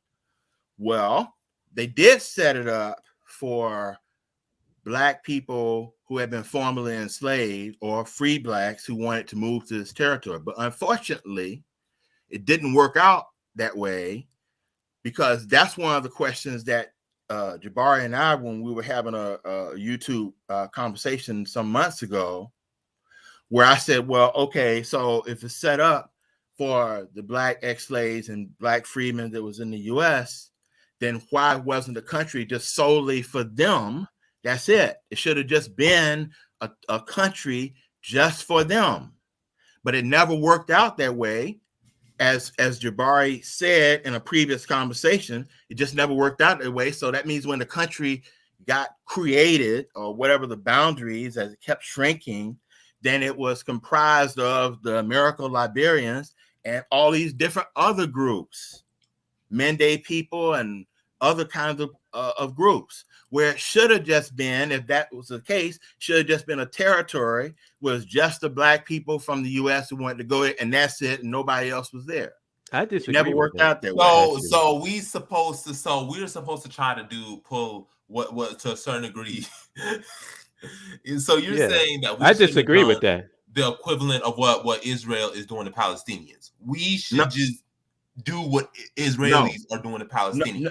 No. I'm saying there's going to have to be a different understanding that won't create any confusion.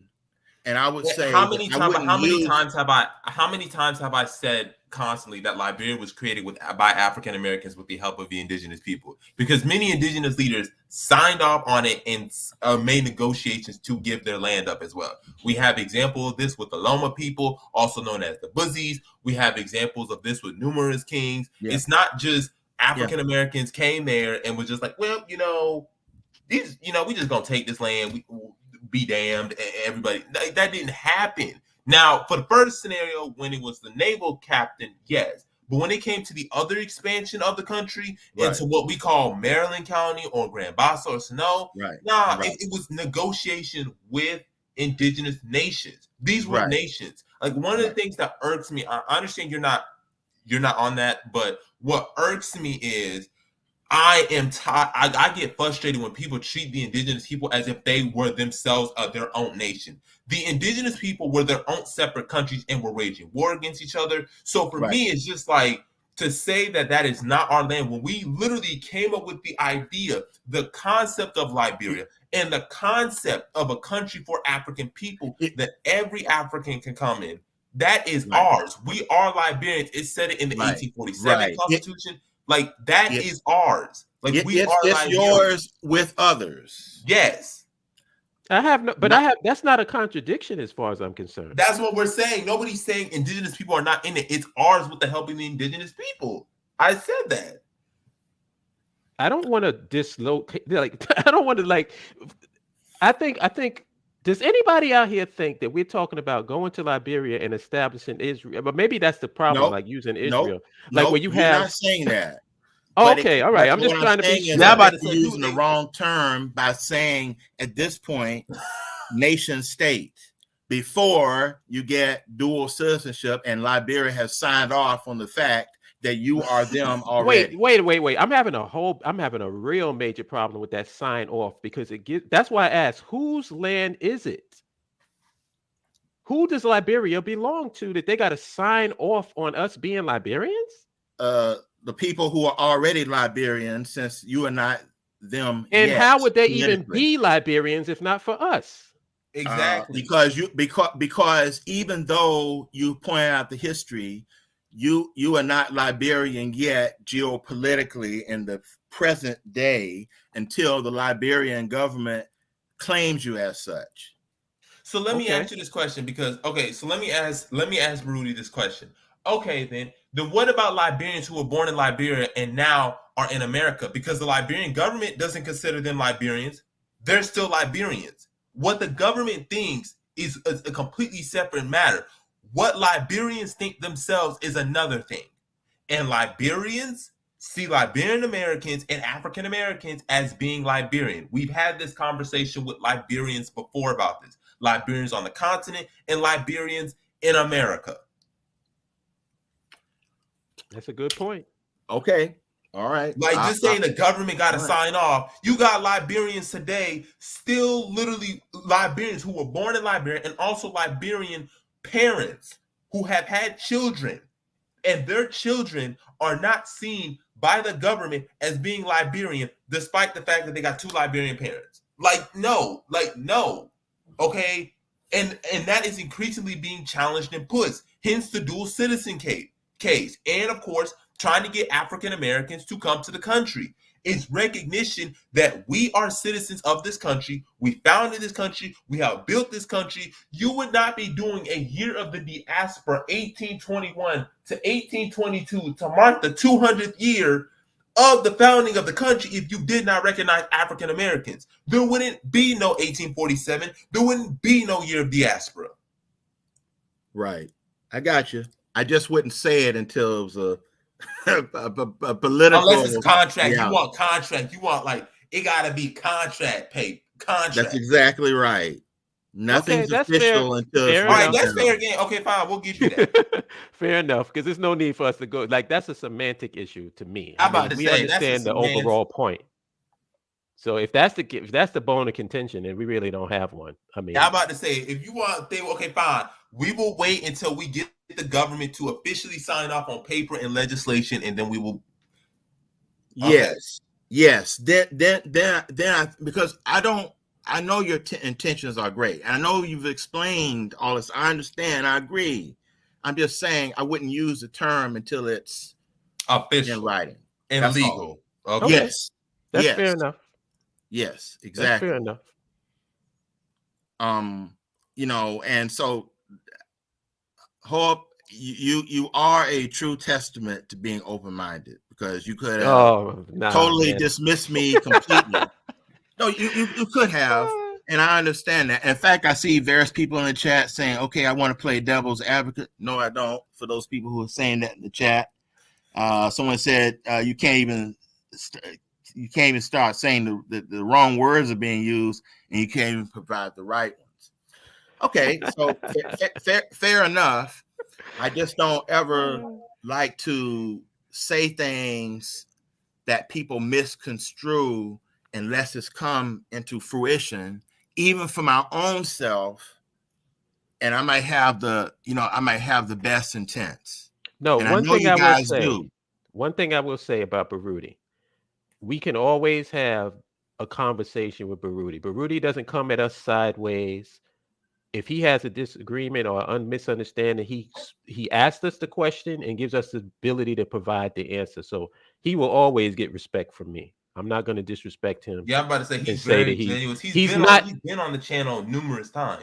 Right. He's not disingenuous. And we can have this conversation. I actually think that this was a productive conversation, because maybe a lot of people were asking the same questions that he was asking, or having the same confusion, or not clarity on a certain issue that he was having. So we were able to answer that, hopefully, for people, and they are, and clear it up. You know what I'm saying? So I don't have a problem with any of the questions, man. I just wanted you to understand where I'm coming from in regards to people who are being disingenuous, or people who are diametrically opposed to what we're doing. I don't have time for them. Yeah, I'm about to say, if you're genuine, if you don't have a clue about Liberian history and stuff like that, we can help you. But if you're disingenuous, using that as a wedge, as a reason, and then when we educate you, you still doing that, then it's kind of like we gotta slowly move ways. We gotta continue on. But if you're genuine, I genuinely don't know. This is what I've heard. We're open minded, and I'm open minded. Well, I'm the most. I'm the most. You're more mature than I am. And Lord, I got. Thank you guys for listening. I appreciate it. I am trying to come in a great spirit. Love you guys also. Hope I do want to say something honestly to you. Okay, so this idea of the nation state is not something new for you. I know it's not. Here's my comment, okay? Before you kind of transition, evolve, I'm not sure which one, to seeing Liberia as a nation state, few years ago, you were still talking about the nation state for us. Right. But you will be talking about it on, maybe your own channel, as well as maybe the Search for Uhuru program. Mm-hmm.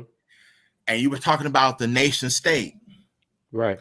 And people would, perhaps many people who were disingenuous, some people who really didn't understand or whatnot, and they would be writing in the chat or coming on to challenge you or whatnot, and you would find frustration with them, and you would always keep saying, well, people keep asking me, well, where is it going to be? I don't want to discuss where it's going to be. So I think many people assume that, okay, well, what he's talking about is, establishing a land territory on the continent. This time it wasn't Liberia, because we weren't even talking about Liberia. So people say, where is it going to be? In fact, I even may have written the question in, or so it may not have gotten seen or answered at the time. I asked, well, is it going to be a situation where you cede off land from, like within the interior of 4 contiguous countries or 5 contiguous countries and whatnot, and you establish that, because that's what I was thinking that one meant. I wasn't opposed to that, regardless as to whether I thought that, there would be hurdles like anything else, or challenges, or it may work, it may not work, or maybe there needs to be a model to do that. Okay, so you use that term, the nation state, and now you're using the same term when it came to Liberia. Okay, now that you've settled in on an existing nation. So like I said, I followed your thought patterns and have seen you talk about this issue in different contexts before, when you weren't even talking about Liberia. Right. But I knew that you had a lot to offer. I know your thinking was deep. I know that you were not thinking about some kind of so-called African-American takeover of a country that already existed. It's just that I had to keep pressing in my mind what this person is saying. And I think a lot of people, like I'm a prober. I want to see the information and keep asking questions so that I keep, going over in my mind what someone is saying. But I do believe that a lot of people hear what you're saying, the nation state word, Liberia, they don't give that a chance and say, well, does this guy really believe in Pan-Africanism? Or does he believe in, just Black people going to Africa and just kind of setting up an existing state, taking over? Or do they really want to be African? Or, various kind of things like that, because they don't give themselves enough chance to really listen and keep hearing. And so thanks for giving me an opportunity to engage all of you so that I can keep listening and be on board with what you're saying. Yeah. And I think that that's cool. Like, they should do what you did. Ask questions. But most If people if you don't know something, ask the question. Like, you ask the questions and you gain clarity by asking me. Like I said, if I have a position, don't straw when you man my curse people position. out, hold up, even though it's okay. Yeah, People don't like straw that. man. Well, I don't like when people come at me disingenuously. Right. We had a respectful conversation. You asked questions, and I didn't curse you out. You know what I'm saying? That's because you and I have talked before on other occasions by phone. I have engaged you, and you were also part of the the conference with State 55 to to talk about an AU passport for diasporans. So right. I have kind of understanding of your views and temperament, and then you gain the inside of me. So yes, you might have cursed me out, but even if you did, I would probably know that you were cursing me out in love as family, as opposed to just hating my guts. You think I would have cursed you out? Come on, man. No, I don't think get. you would have. I hope that if that's you not did, my I would let you reputation. slide, because I'm like, well, that's what that you always would never do. happen. That would never happen. I only get disrespectful with people that's disrespectful toward me. I think that if you go back and you listen to everything that I've done, like if you listen to my interactions, the type of person that I am is I give you back the energy that you're giving me, or if I can sense a certain type of energy, I'll give it to you before you can give it to me. So when I know somebody's being disrespectful, like when I go on Dynasts, I must admit, I would be intentionally disrespectful when I would get on there because I knew the audience that I was dealing with. Okay. His audience is full of trolls. They control his chat room and they go in there to cause disruption and to attack. So what I do is I talk about your mama. I'm gonna disrespect your mama, your family. I'm gonna talk about your hairline. I'm gonna pick something on you and make fun of you, and I'm gonna drive you into a Tasmanian fit. I'm gonna make you very uncomfortable with what I'm saying, because us as conscious people and us as nationalists have to sit back and feel uncomfortable with other people's ignorance. So if we have to feel uncomfortable with other people's ignorance, you damn sure bet you're gonna feel uncomfortable with our knowledge. I'm not going to sit back and allow you to run with the globe, and I'm going to just sit back and be on the defense. And I don't want to offend. No, I'm going to offend you like you have no problem offending me. And that's what I do that on purpose. When I go on that show, you want to take shots at Africa? I'm gonna take shots at everything that you love and tear it down to the ground because I'm very protective of Africa. Mm-hmm. I'm a soldier for Africa. And if you think you're going to disrespect the continent on my watch, you got another thing coming. And that's my attitude. So I'm aggressive when it's time to be aggressive. But when somebody approaches me genuinely and they want to have a conversation, because you can just tell. You can tell when somebody wants to have a genuine conversation and when somebody's being disingenuous.